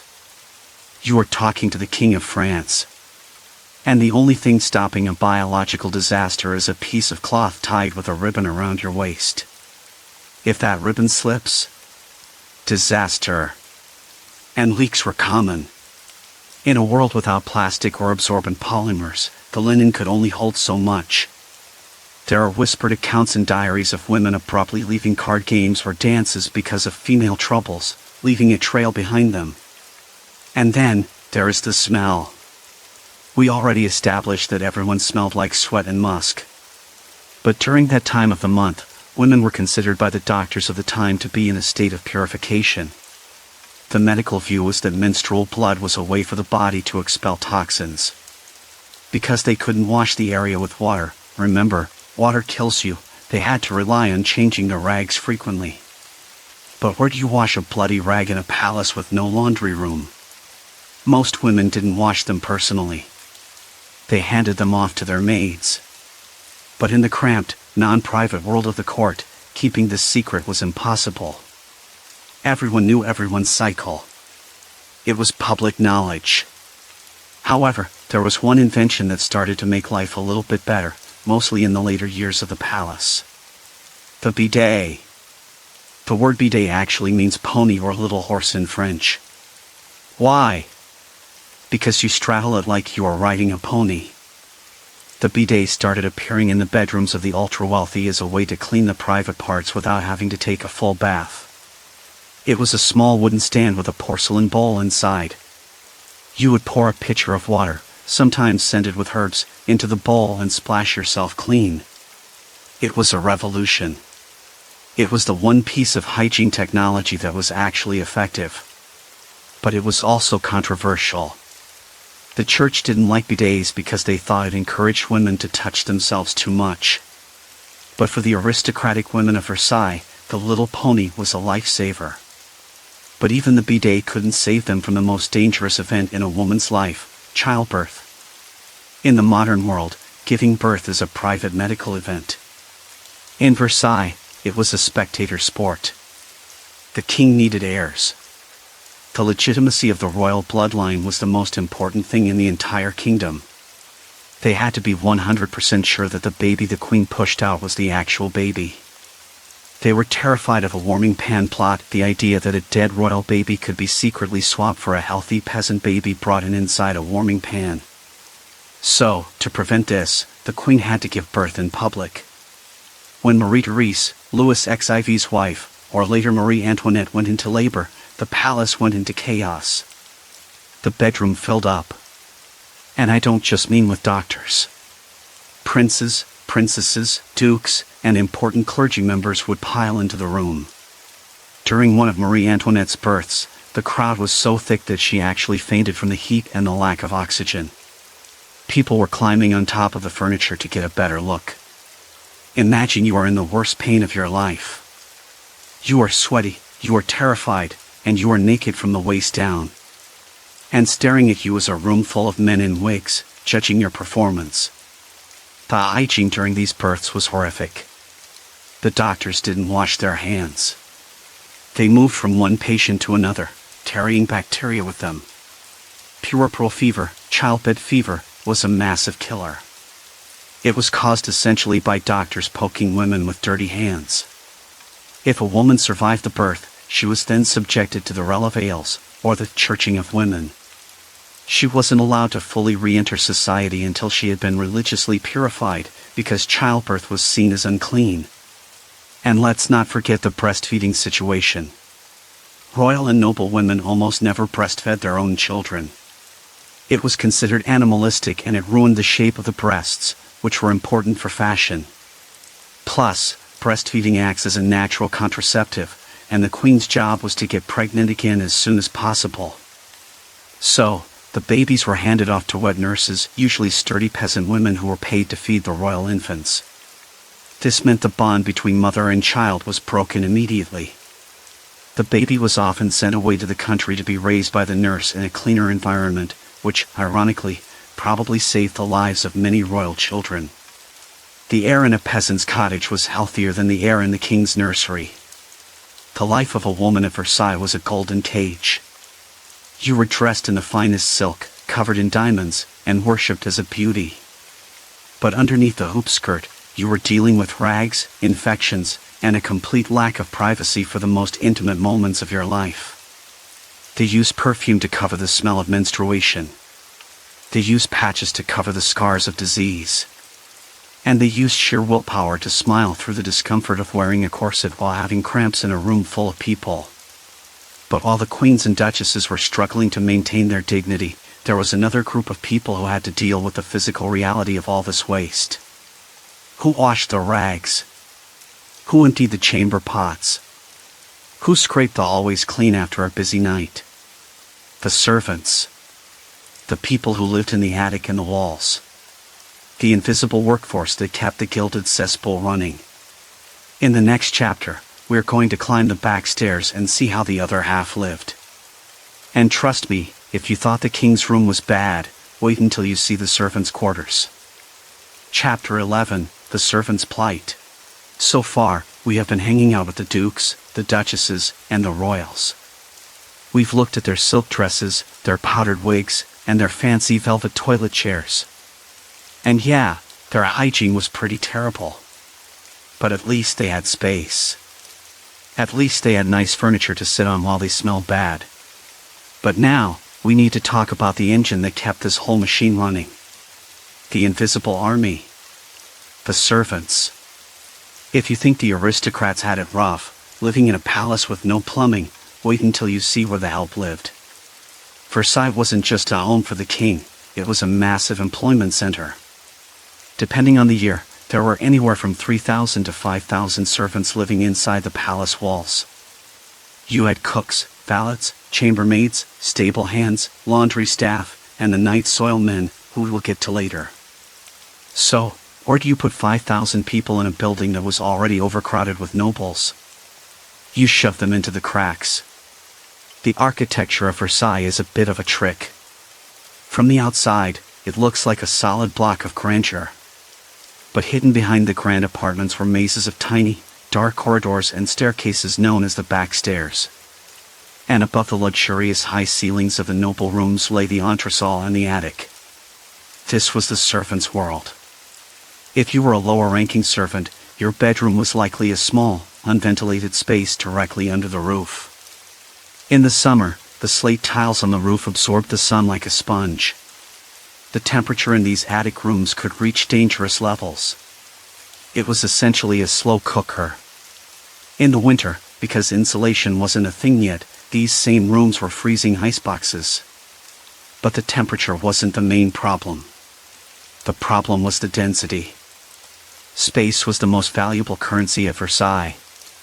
Even dukes fought over tiny apartments. So, for a servant, personal space was a fantasy. They didn't have private rooms. They slept in dormitories, often packed in like sardines. And they didn't just share rooms, they shared beds. Hot bunking was common. This is where one servant sleeps in a bed while the other is on duty, and then they swap. The sheets were rarely washed. So, you were sleeping in the sweat, lice, and skin flakes of your coworker. For the lowest of the low, the kitchen scullions or the stable boys, a bed might just be a pile of straw in a hallway or a blanket on the kitchen floor near the ovens for warmth. Now, think about the hygiene implications of this. We already know that the rich people were crawling with lice and didn't wash. But the servants had even less access to clean linen. A duke might change his shirt 3 times a day to feel clean. A servant might own 2 shirts total. They wore their clothes until they fell apart. They didn't have the time or the money for the dry wash rituals of the nobility. They were working physically demanding jobs, scrubbing floors, carrying heavy furniture, roasting meats over open fires, so they were sweating constantly. And because they were packed so tightly together in these dark, airless attics, disease spread like wildfire. If one maid got the flu, the entire floor got the flu. If one valet had typhus, it was going to tear through the servant quarters in a week. And because these servants were the ones handling the king's food, making the king's bed, and dressing the queen, the germs didn't stay in the attic. They traveled downstairs. This is why the royal family was constantly getting sick. They were living in a bubble of luxury that was being serviced by people living in squalor. But the worst part of the servant's life wasn't the sleeping arrangements. It was the waste disposal. We talked earlier about the Chaise Percée and the chamber pots. But the king didn't empty his own pot. The dukes didn't carry their own waste. That was the servant's job. Imagine being the person responsible for the morning cleanup.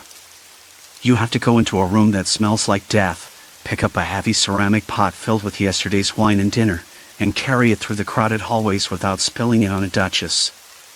And then, you have to figure out where to dump it. Technically, there are cesspools. But they were often full or far away.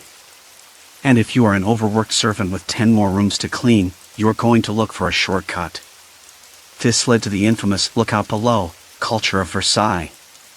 It was technically illegal to throw waste out of the windows. There were royal decrees forbidding it. But at night, when the supervisors weren't looking, the windows of the upper floors would open, and whoosh. Down it went into the inner courtyards. If you were walking through a courtyard at night, you had to keep your head up. The phrase "garde l'eau," watch out for the water, was the 17th century equivalent of yelling "for" on a golf course. Except instead of a golf ball, it was a bucket of human waste. This turned the internal courtyards, the spaces that provided light and air to the inner rooms, into literal garbage dumps. The ground floor windows often had to be kept shut because the pile of filth outside was getting too high. The smell rising up from these courtyards would drift into the servants' attic rooms, trapping them in a sandwich of stink. But the servants didn't just deal with human waste. They dealt with the food waste too. The kitchens of Versailles were industrial. They were feeding thousands of people. And the amount of garbage they generated was staggering. Bones, vegetable peelings, rotten meat, grease. There were no garbage trucks. There were no plastic bags. Much of this trash was just tossed into the nearest corner or piled up in the courtyards to be carted away eventually. This attracted a secondary population to the servant quarters, the rats. The servants were living in a constant battle with vermin. Rats in the walls, mice in the bedding. And unlike the nobles, who could sleep in high beds with velvet curtains to keep the drafts and bugs out, the servants were often sleeping on the floor, right at eye level with the pests. It creates such a stark contrast. Picture a footman.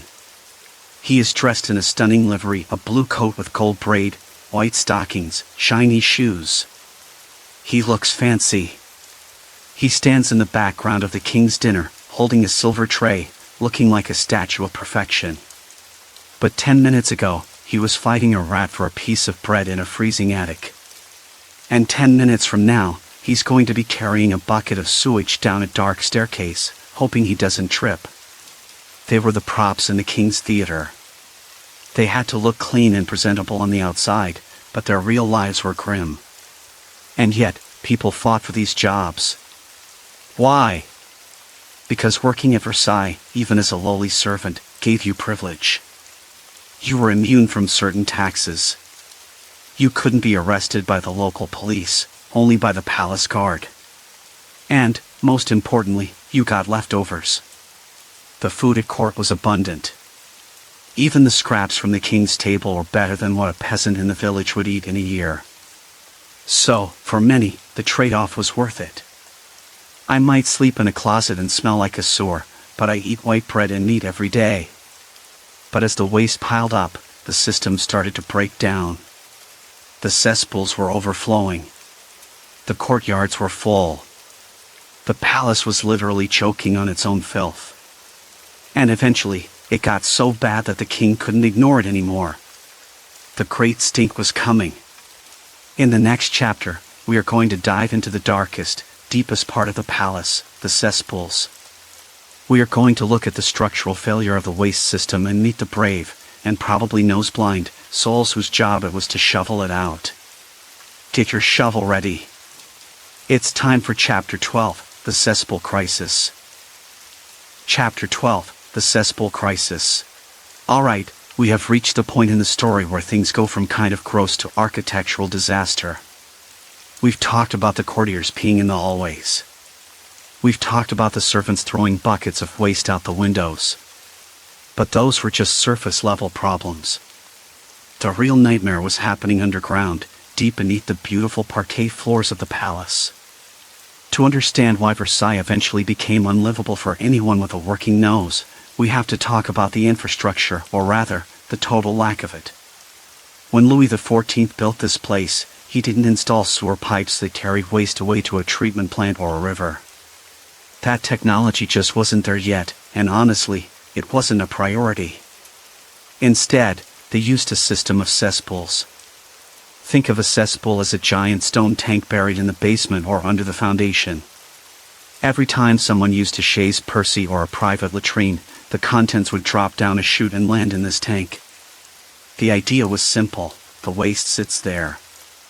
The liquid slowly seeps into the ground, which, remember, was already a swamp, and the solid stuff piles up until someone comes to empty it. It was a storage system, not a disposal system. Now, do the math. You have 10,000 people. You have hundreds of these stone tanks. And you have a building sitting on wet, shifting soil. What happens? The tanks crack. This brings us to the seepage crisis. Because Versailles was built in a rush, the masonry work on these cesspools wasn't always watertight. Over the years, the corrosive nature of the waste ate through the stone and the mortar. And once the walls breached, the filth had nowhere to go but out. It didn't just go into the dirt. It went into the other rooms in the basement. There are horrific letters from the royal architects detailing this. They describe cesspools leaking directly into the palace kitchens. Imagine that. You are the royal chef, preparing a feast for the king, whipping up some delicate sauce, and you look down to see a puddle of brown liquid seeping through the wall next to the stove. It gets worse. The leaks often found their way into the wine cellars. The French take their wine very seriously. But at Versailles, the barrels were sometimes sitting in contaminated mud. There were reports of the smell being so bad in the lower levels that the staff refused to go down there to fetch the wine. Even the royal family wasn't safe. There is a famous account involving the Dauphin, the king's son, and his wife. Their apartments were on the ground floor. One summer, the smell in their bedroom became so unbearable that they had to move out. They called in the architects, who ripped up the floorboards. What did they find? The cesspool from the floor above had leaked, and the space between the ceiling and the floor was filled with, well, you can guess. They had literally been sleeping on top of a pool of sewage. This brings us to the event known as the Great Stink. It wasn't a single day, but rather a series of heat waves where the situation went critical. In the summer, when the temperature rose, the bacteria in these leaking cesspools went into overdrive. The gas pressure built up. The palace was filled with what they called mephitic vapors. Today, we know this as hydrogen sulfide and methane. It's toxic. It can cause headaches, nausea, and eye irritation. So, the courtiers weren't just being dramatic when they fainted. They were being poisoned by sewer gas. There were days when Louis XIV, a man who was incredibly stubborn and refused to show weakness, had to cancel council meetings because the smell in his cabinet was making him gag. When the king, the guy who had a hole in his jaw and wiped his face with wine, thinks it smells too bad to work, you know you have a problem. So, how do you fix a full cesspool? You call in the cavalry. You call the night soil men. In French, they were called the vidangeurs. These were the brave, underappreciated souls whose job it was to empty the pits. And as you can imagine, it was the worst job in the entire kingdom. Because the smell was so offensive, they were only allowed to work at night. Hence the name night soil. Here is how the operation went down. Late at night, when the king was asleep, or pretending to sleep while holding his nose, a convoy of horse-drawn carts would rumble into the courtyards of Versailles. These carts carried large wooden barrels. The vidangeurs would pry open the heavy stone lids of the cesspools. Then, using buckets on ropes or long ladles, they would manually scoop out the contents. It was dangerous work. Sometimes, the fumes were so concentrated in the enclosed tanks that a worker would climb down and instantly pass out from the gas. If his buddies didn't pull him up fast enough, he would die of asphyxiation. They actually tested the air by lowering a candle down. If the candle flame turned blue or went out, they knew the air was deadly. Of course, if there was too much methane, the candle could also cause an explosion, which is a whole other kind of disaster. Once the barrels were full, the carts would head out of the palace gates. But where did they go? They went to the farms. This is the one green part of the story. The waste from Versailles was actually a valuable commodity. It was high-grade fertilizer. The vidangeurs would cart the black gold out to the market gardens surrounding Paris. The vegetables that were grown in that fertilizer were then harvested, put on wagons, and sold back to the palace kitchens. It was the circle of life, Versailles style. The king ate the asparagus, the king processed the asparagus, the vidangeurs took it to the farm, the farmer grew more asparagus, and the king ate it again. But the problem was the volume. The population of Versailles grew faster than the vidangeurs could work. They couldn't keep up. The pits were filling up faster than they could be emptied. And because the king was always expanding the palace, building new wings and new apartments, he was adding more contributors to the system without adding more capacity. By the end of Louis XIV's reign, the situation was critical. The soil around the palace was saturated. The water in the fountains smelled funny.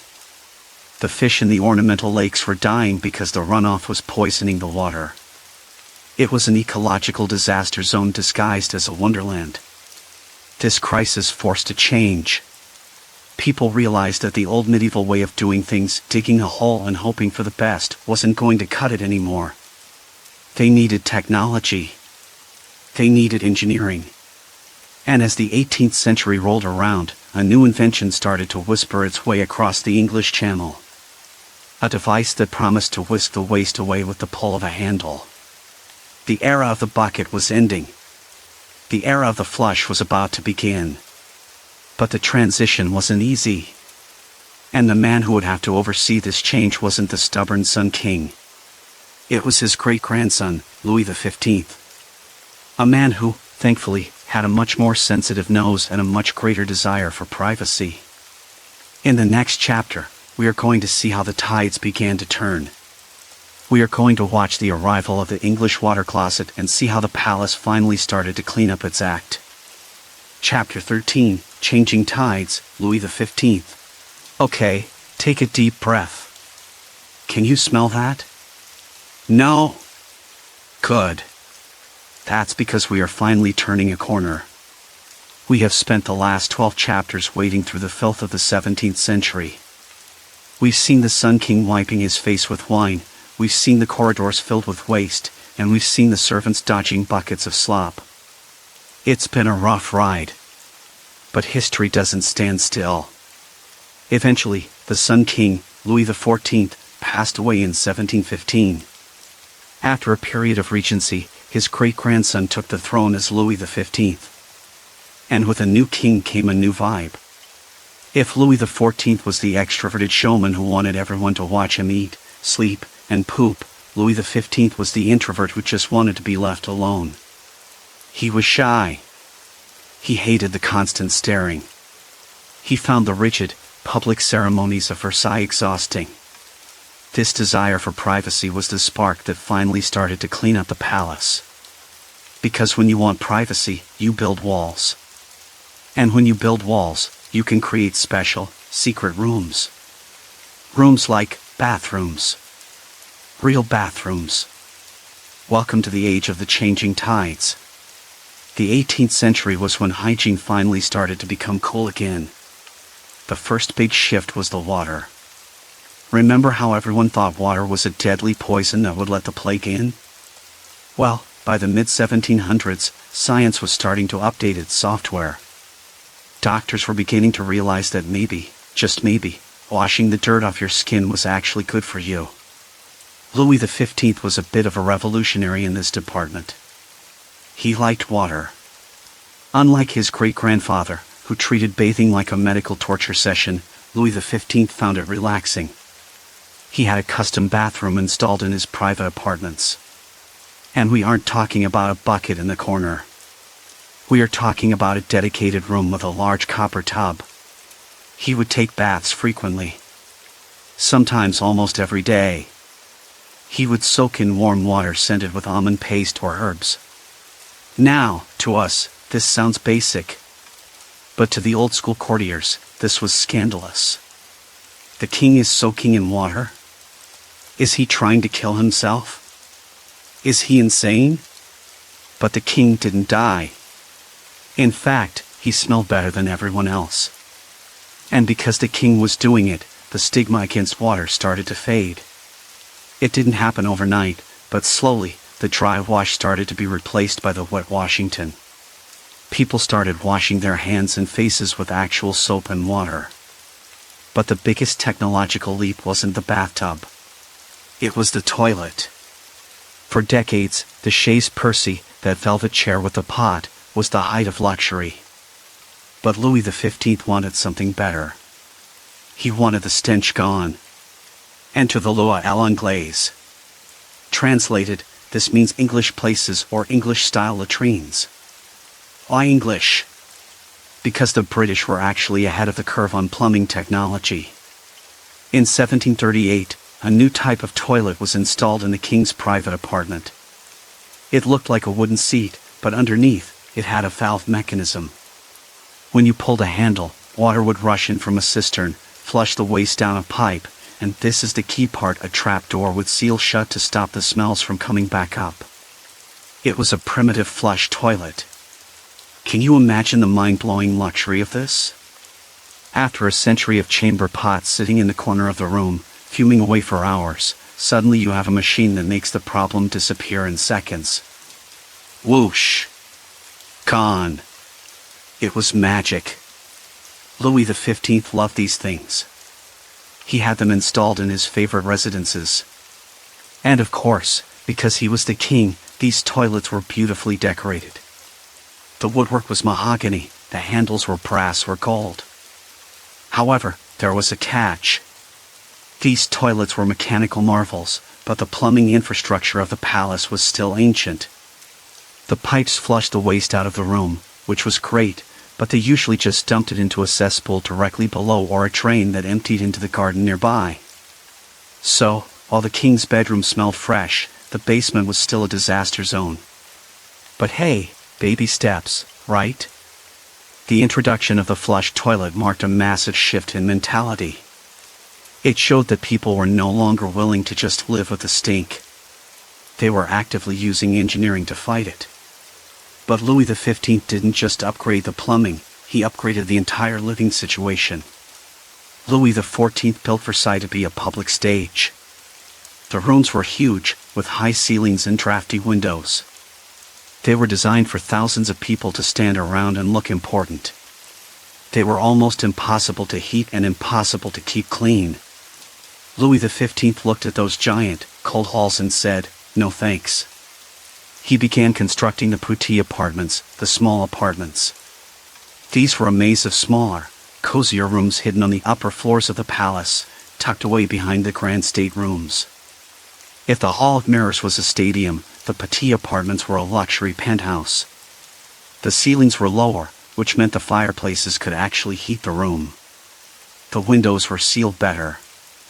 The floors were easier to sweep. In these private spaces, the king lived a completely different life. He had a private kitchen, a private library, and private dining rooms. He would host intimate dinners for just a few friends. Because these rooms were smaller and fewer people were allowed in, the hygiene level skyrocketed. You didn't have random strangers peeing in the corners because you knew everyone in the room. You didn't have piles of trash because there was a smaller, dedicated staff keeping it spotless. This created a weird two-world system at Versailles. Downstairs, in the grand apartments, the old filth persisted. The public still crowded into the Hall of Mirrors. The courtiers still used the stairwells as urinals. The smell was still there. But upstairs, behind a locked door, the king was living in a modern, scented, flushed oasis. This shift also changed the culture of the court. Under Louis XIV, hygiene was a performance. You wiped your face with wine while 50 people watched. Under Louis XV, hygiene became a private, personal act. You locked the door. You took a bath. You used the flush toilet. It was the birth of the modern concept of privacy. But Louis XV wasn't the only one pushing for cleanliness. He had a very famous mistress, Madame de Pompadour, who was a huge influencer of the time. She loved scents, but not the heavy musk of the past. She loved florals. She loved potpourri. She made it trendy to smell like a garden, not a civet cat. By the time Louis XV died and his grandson took over, the war on water was officially over. The doctors had admitted defeat. Water was good. Bathing was safe. And this set the stage for the final, and most glamorous, chapter of Versailles hygiene. Because if Louis XV opened the door to cleanliness, the next queen kicked it wide open. She was an Austrian princess who was shocked by how gross the French were. She brought with her a routine of daily bathing, simple cotton dresses, and a love for flowers that would change the scent of the palace forever. Get your towels ready, because in the next chapter, we are meeting Marie Antoinette. She is going to turn the Trianon into a scented sanctuary and try, in vain, to scrub the grime off the French monarchy. Chapter 14, Marie Antoinette's Scented Sanctuary. We have now reached the final act of our hygiene drama. The year is 1770. A carriage rolls through the gates of Versailles, carrying a 14-year-old girl. She is blonde, she is blue-eyed, and she is terrifyingly young. Her name is Marie Antoinette, the Archduchess of Austria, and she is about to marry the future King of France, Louis XVI. Now, imagine this teenage girl. She has grown up in Vienna, in the court of her mother, Empress Maria Theresa. The Austrian court wasn't exactly a sterile hospital ward, but compared to France, it was pristine. The Austrians believed in order, discipline, and crucially, washing. So, Marie Antoinette steps out of her carriage, takes a deep breath of French air, and, well, she probably gagged.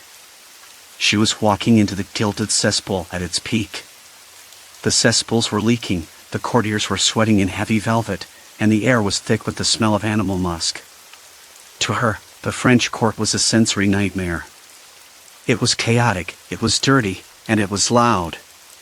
Almost immediately, the new Dauphine, and later Queen, decided that she wasn't going to play by the old rules. She was going to scrub the filth off the monarchy, one bath at a time. Marie Antoinette introduced a radical new concept to Versailles, personal freshness. While Louis XV had started the trend of bathing, Marie Antoinette turned it into a daily religion. She didn't just bathe for health, she bathed because she hated feeling dirty. She took frequent baths, sometimes every single day, which was still considered borderline obsessive by the old guard. But here is the interesting detail, she was incredibly modest. Even when she was alone in her bathroom, she didn't just sit there naked. She wore a special flannel gown, buttoned up to the neck, while she sat in the water. Why? Part of it was modesty, but part of it was comfort. The metal tubs could be cold or rough. The flannel acted like a soft barrier. It was a bathing costume before bathing suits existed. She also revolutionized the soap game. Before her, soap was harsh, smelly stuff made from animal fat and wood ash. It stripped your skin and left you smelling like a kitchen fire. Marie Antoinette imported fine, scented soaps from Marseille and Italy. She wanted to smell like a person, not a ham. And this desire to smell clean changed the entire perfume industry. Remember the animal scents we talked about? The civet cat paste and the musk deer glands? Marie Antoinette hated them. She found them heavy, cloying, and old-fashioned. They were the smell of the old court, the smell of the Sun King's era. She wanted to smell like nature. She hired her personal perfumer named Jean-Louis Fargin. Together, they created a new olfactory palette for the queen. They threw up the musk and brought in the florals. Rose, jasmine, tuberose, orange blossom, violet. If you walked past Marie Antoinette in the Hall of Mirrors, you wouldn't get hit with a wall of heavy funk. You would smell a light, airy breeze of fresh flowers. It was a green scent. It was sophisticated, expensive, and totally different from everyone else. She also loved sachets of dry herbs.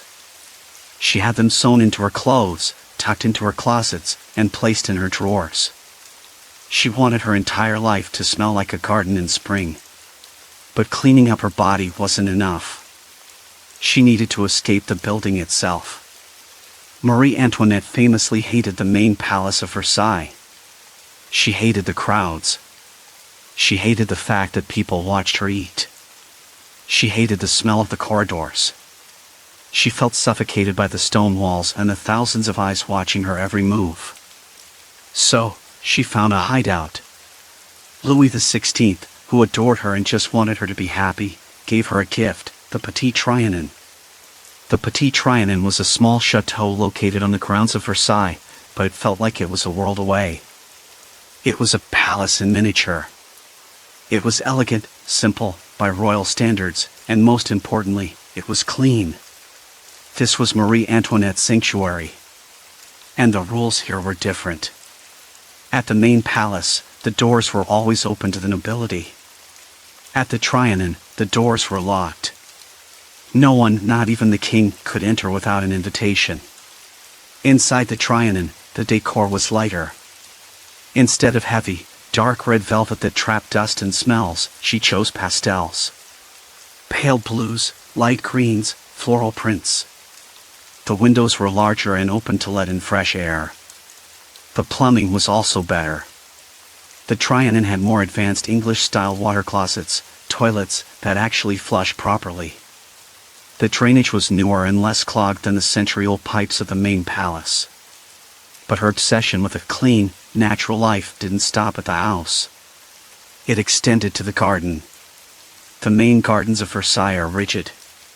The trees are cut into cubes. The paths are straight lines. It is nature forcing itself to obey the king. Marie Antoinette ripped out the formal gardens around the Trianon and replaced them with an English garden. This was a wilder, more natural look. Winding paths, streams, tall grass, and trees that looked like actual trees. And then, she went one step further. She built the Hameau de la Reine, the Queen's Hamlet. This is one of the most famous and controversial parts of her legacy. She basically built a fake rustic village in her backyard. It looked like a poor peasant farm, with a mill, a dairy, and little thatch roof cottages with cracks painted onto the walls to make them look old. But it was a Disney version of a farm. The dirt was clean dirt.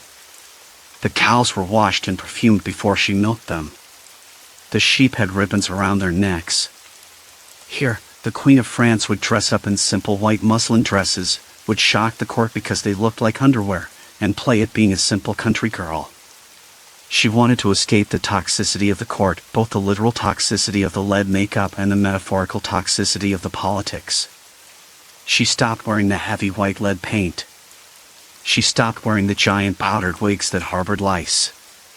She wore her hair in loose, natural curls, or smaller, simpler poofs, and showed her natural skin tone. To us, this sounds healthy. She was embracing a natural lifestyle. She was eating fresh vegetables from her garden, drinking milk from her clean cows, and washing her body. But to the French people and the old nobility, this was suspicious. The nobles hated it because she was rejecting their traditions. Why is the queen dressing like a milkmaid? Why won't she wear the royal diamonds? Is she mocking us? And the actual peasants hated it because it cost a fortune to build this fake simple life. It is expensive to look this poor. While real peasants were starving and living in actual filth, the queen was playing farm in a scented garden with a porcelain milk bucket. So, while Marie Antoinette succeeded in creating a bubble of hygiene for herself, she accidentally alienated everyone else. Her cleanliness became a symbol of her selfishness.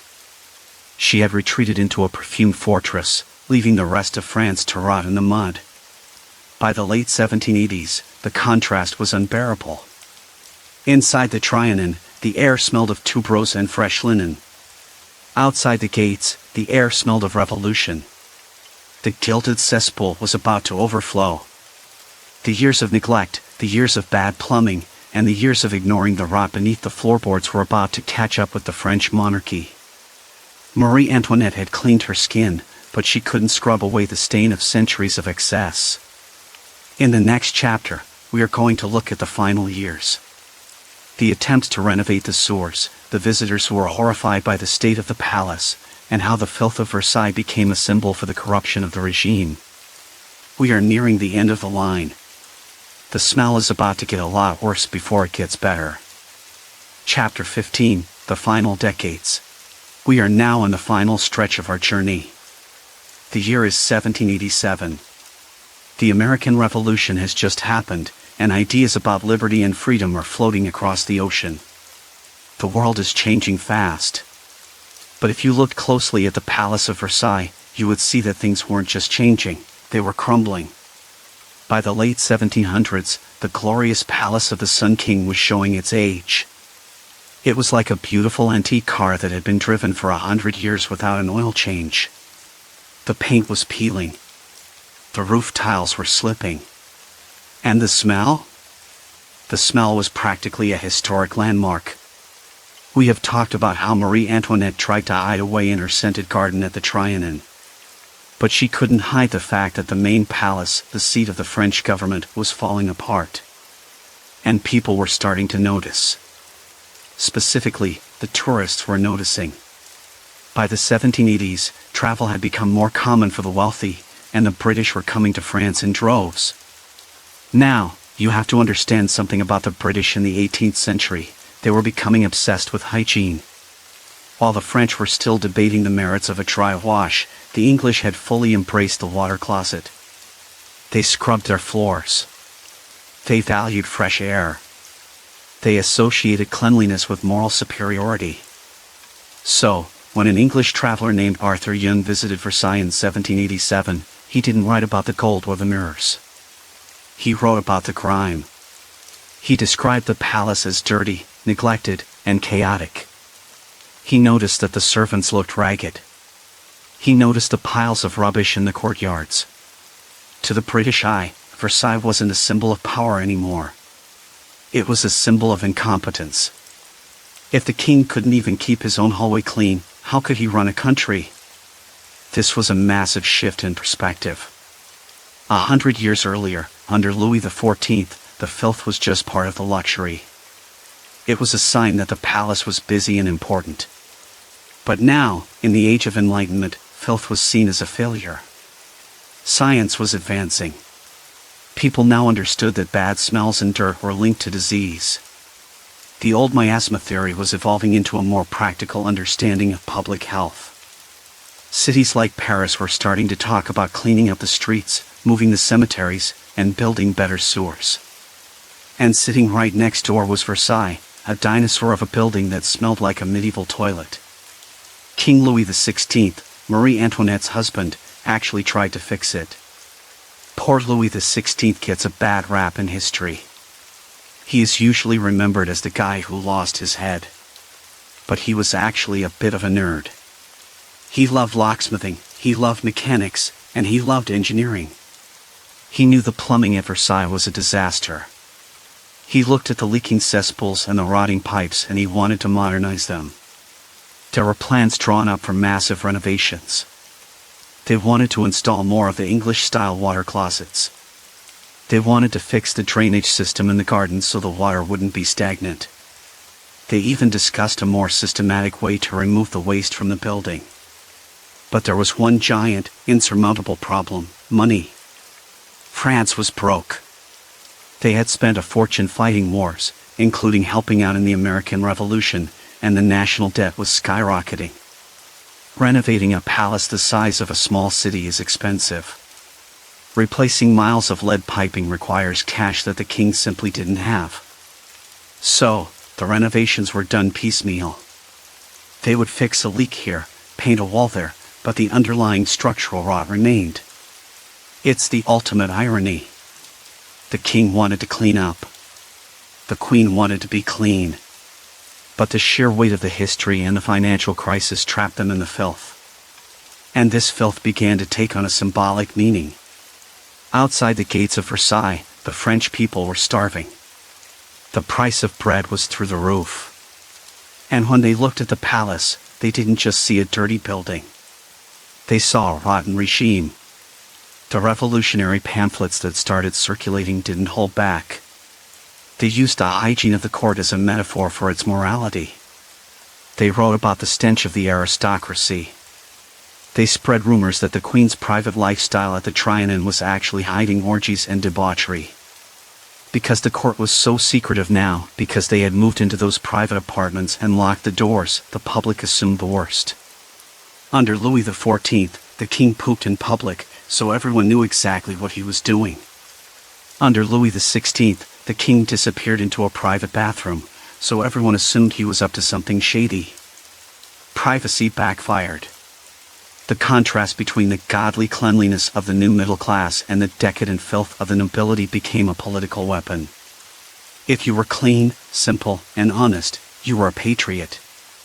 If you were covered in powder, perfume, and hiding in a smelly palace, you were the enemy. By 1789, the atmosphere was electric. The Estates General was called. The anger boiled over. And in October 1789, the end finally came. And it arrived in the form of the Women's March on Versailles. Thousands of market women from Paris marched all the way to the palace to demand bread. These were tough women. They worked in the fish markets. They were used to gutting fish and hauling heavy loads. They weren't afraid of a little mud. When they stormed the palace, they broke through the gates and poured into the courtyards. And for the first time, the great unwashed, as the nobles called them, came face to face with the perfumed court. But here is the twist: by this point, the market women probably smelled better than the palace did. The crowd forced the king and queen to leave Versailles and move back to Paris. And in the chaos of that departure, the hygiene of the palace ceased to matter. As the royal carriages rolled away, leaving the gilded gates behind, the palace fell silent. The fountains were turned off. The fires in the kitchens died down. But the smell remained. For weeks after the royal family left, the stench of the cesspools continued to waft through the empty hall of mirrors. The lice continued to crawl in the abandoned bedding of the servants' attic. The rats took over the empty pantries. The gilded cesspool had been abandoned. It sat there, a massive, rotting monument to a bygone era. It was a shell. The gold was still on the walls, but the life inside, the sweating, perfume-drenched, scratching, powdered life, was gone forever. The revolution didn't just chop off heads, it chopped off a way of living. It ended the era where it was acceptable to cover filth with diamonds. As we move to our final chapter, we need to look back at what this all means for us today. Because when we visit Versailles now, we don't smell the poop. We don't see the lice. We see a museum. But the ghosts of the smell are still there, if you know where to look. So, let's wrap this up. How should we remember the hygiene of Versailles? Was it just a gross historical fact, or does it tell us something deeper about human nature? Join me for the conclusion. We're going to scrub off the last of the history and look at the legacy of dirt. Chapter 16, The Legacy of Dirt. So, here we are. We have reached the end of our journey through the Gilded Cesspool.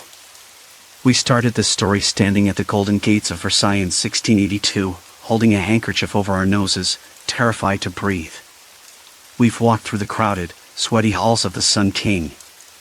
We've peeked under the massive powdered wigs to see the lice crawling around.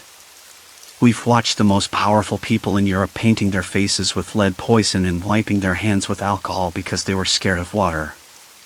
We've seen the sheer madness of the Chaise Percée, where pooping was a spectator sport. We've scrambled through the dark, rat-infested attics with the servants. And we've watched as the plumbing slowly, very slowly, started to evolve, from the leaking cesspools of the basement to the scented, flushing toilets of Marie Antoinette's private retreat. It has been a wild, smelly ride.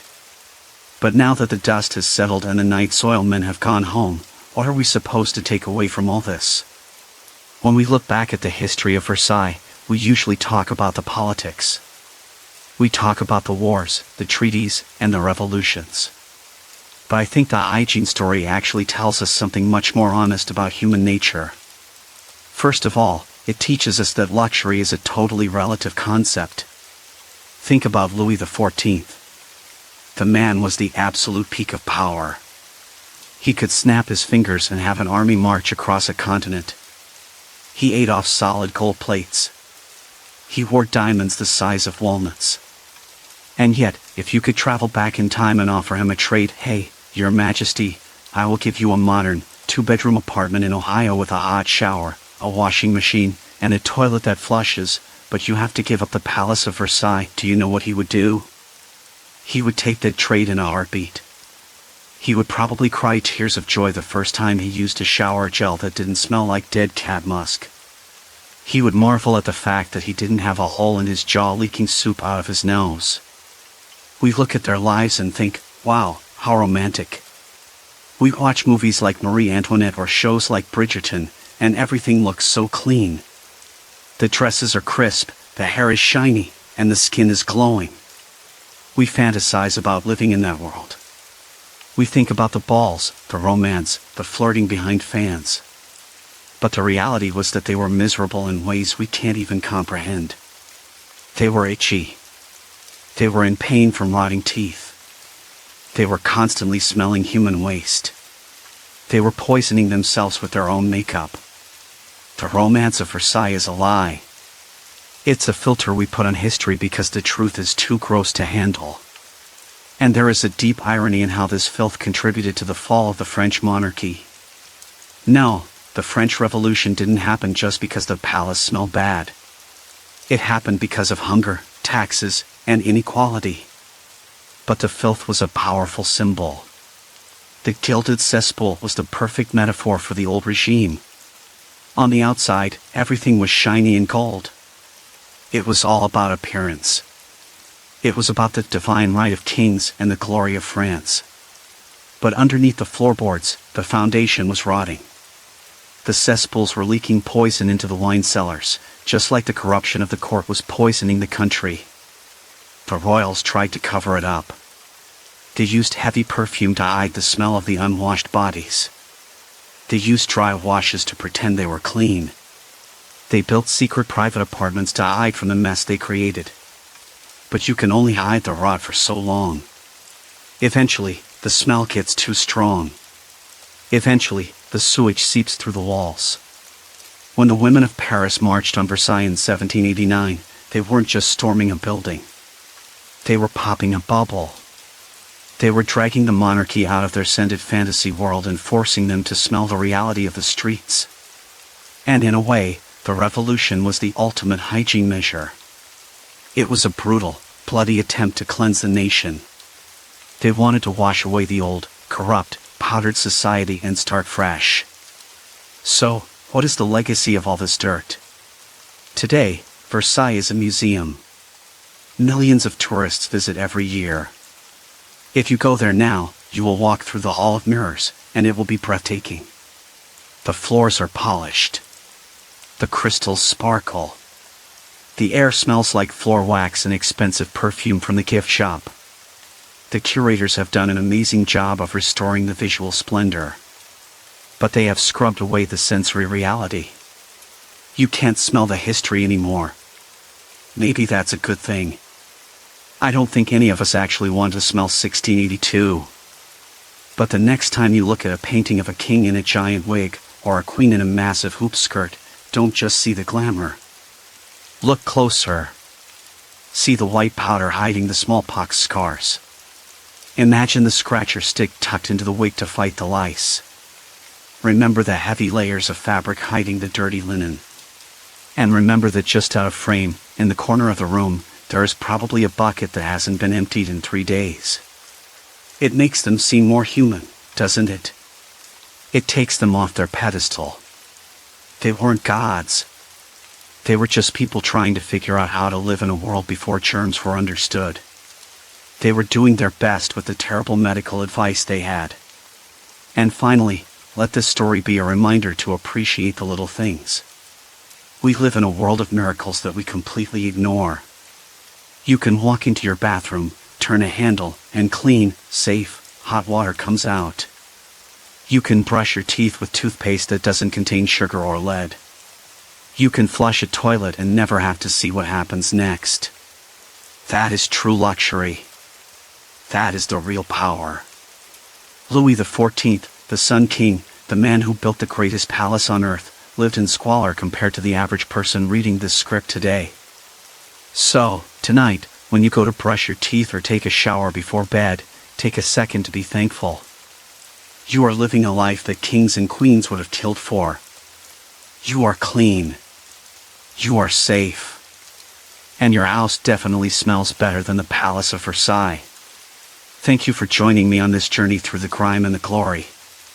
It's been disgusting, it's been fascinating, and I hope it's been a little bit educational.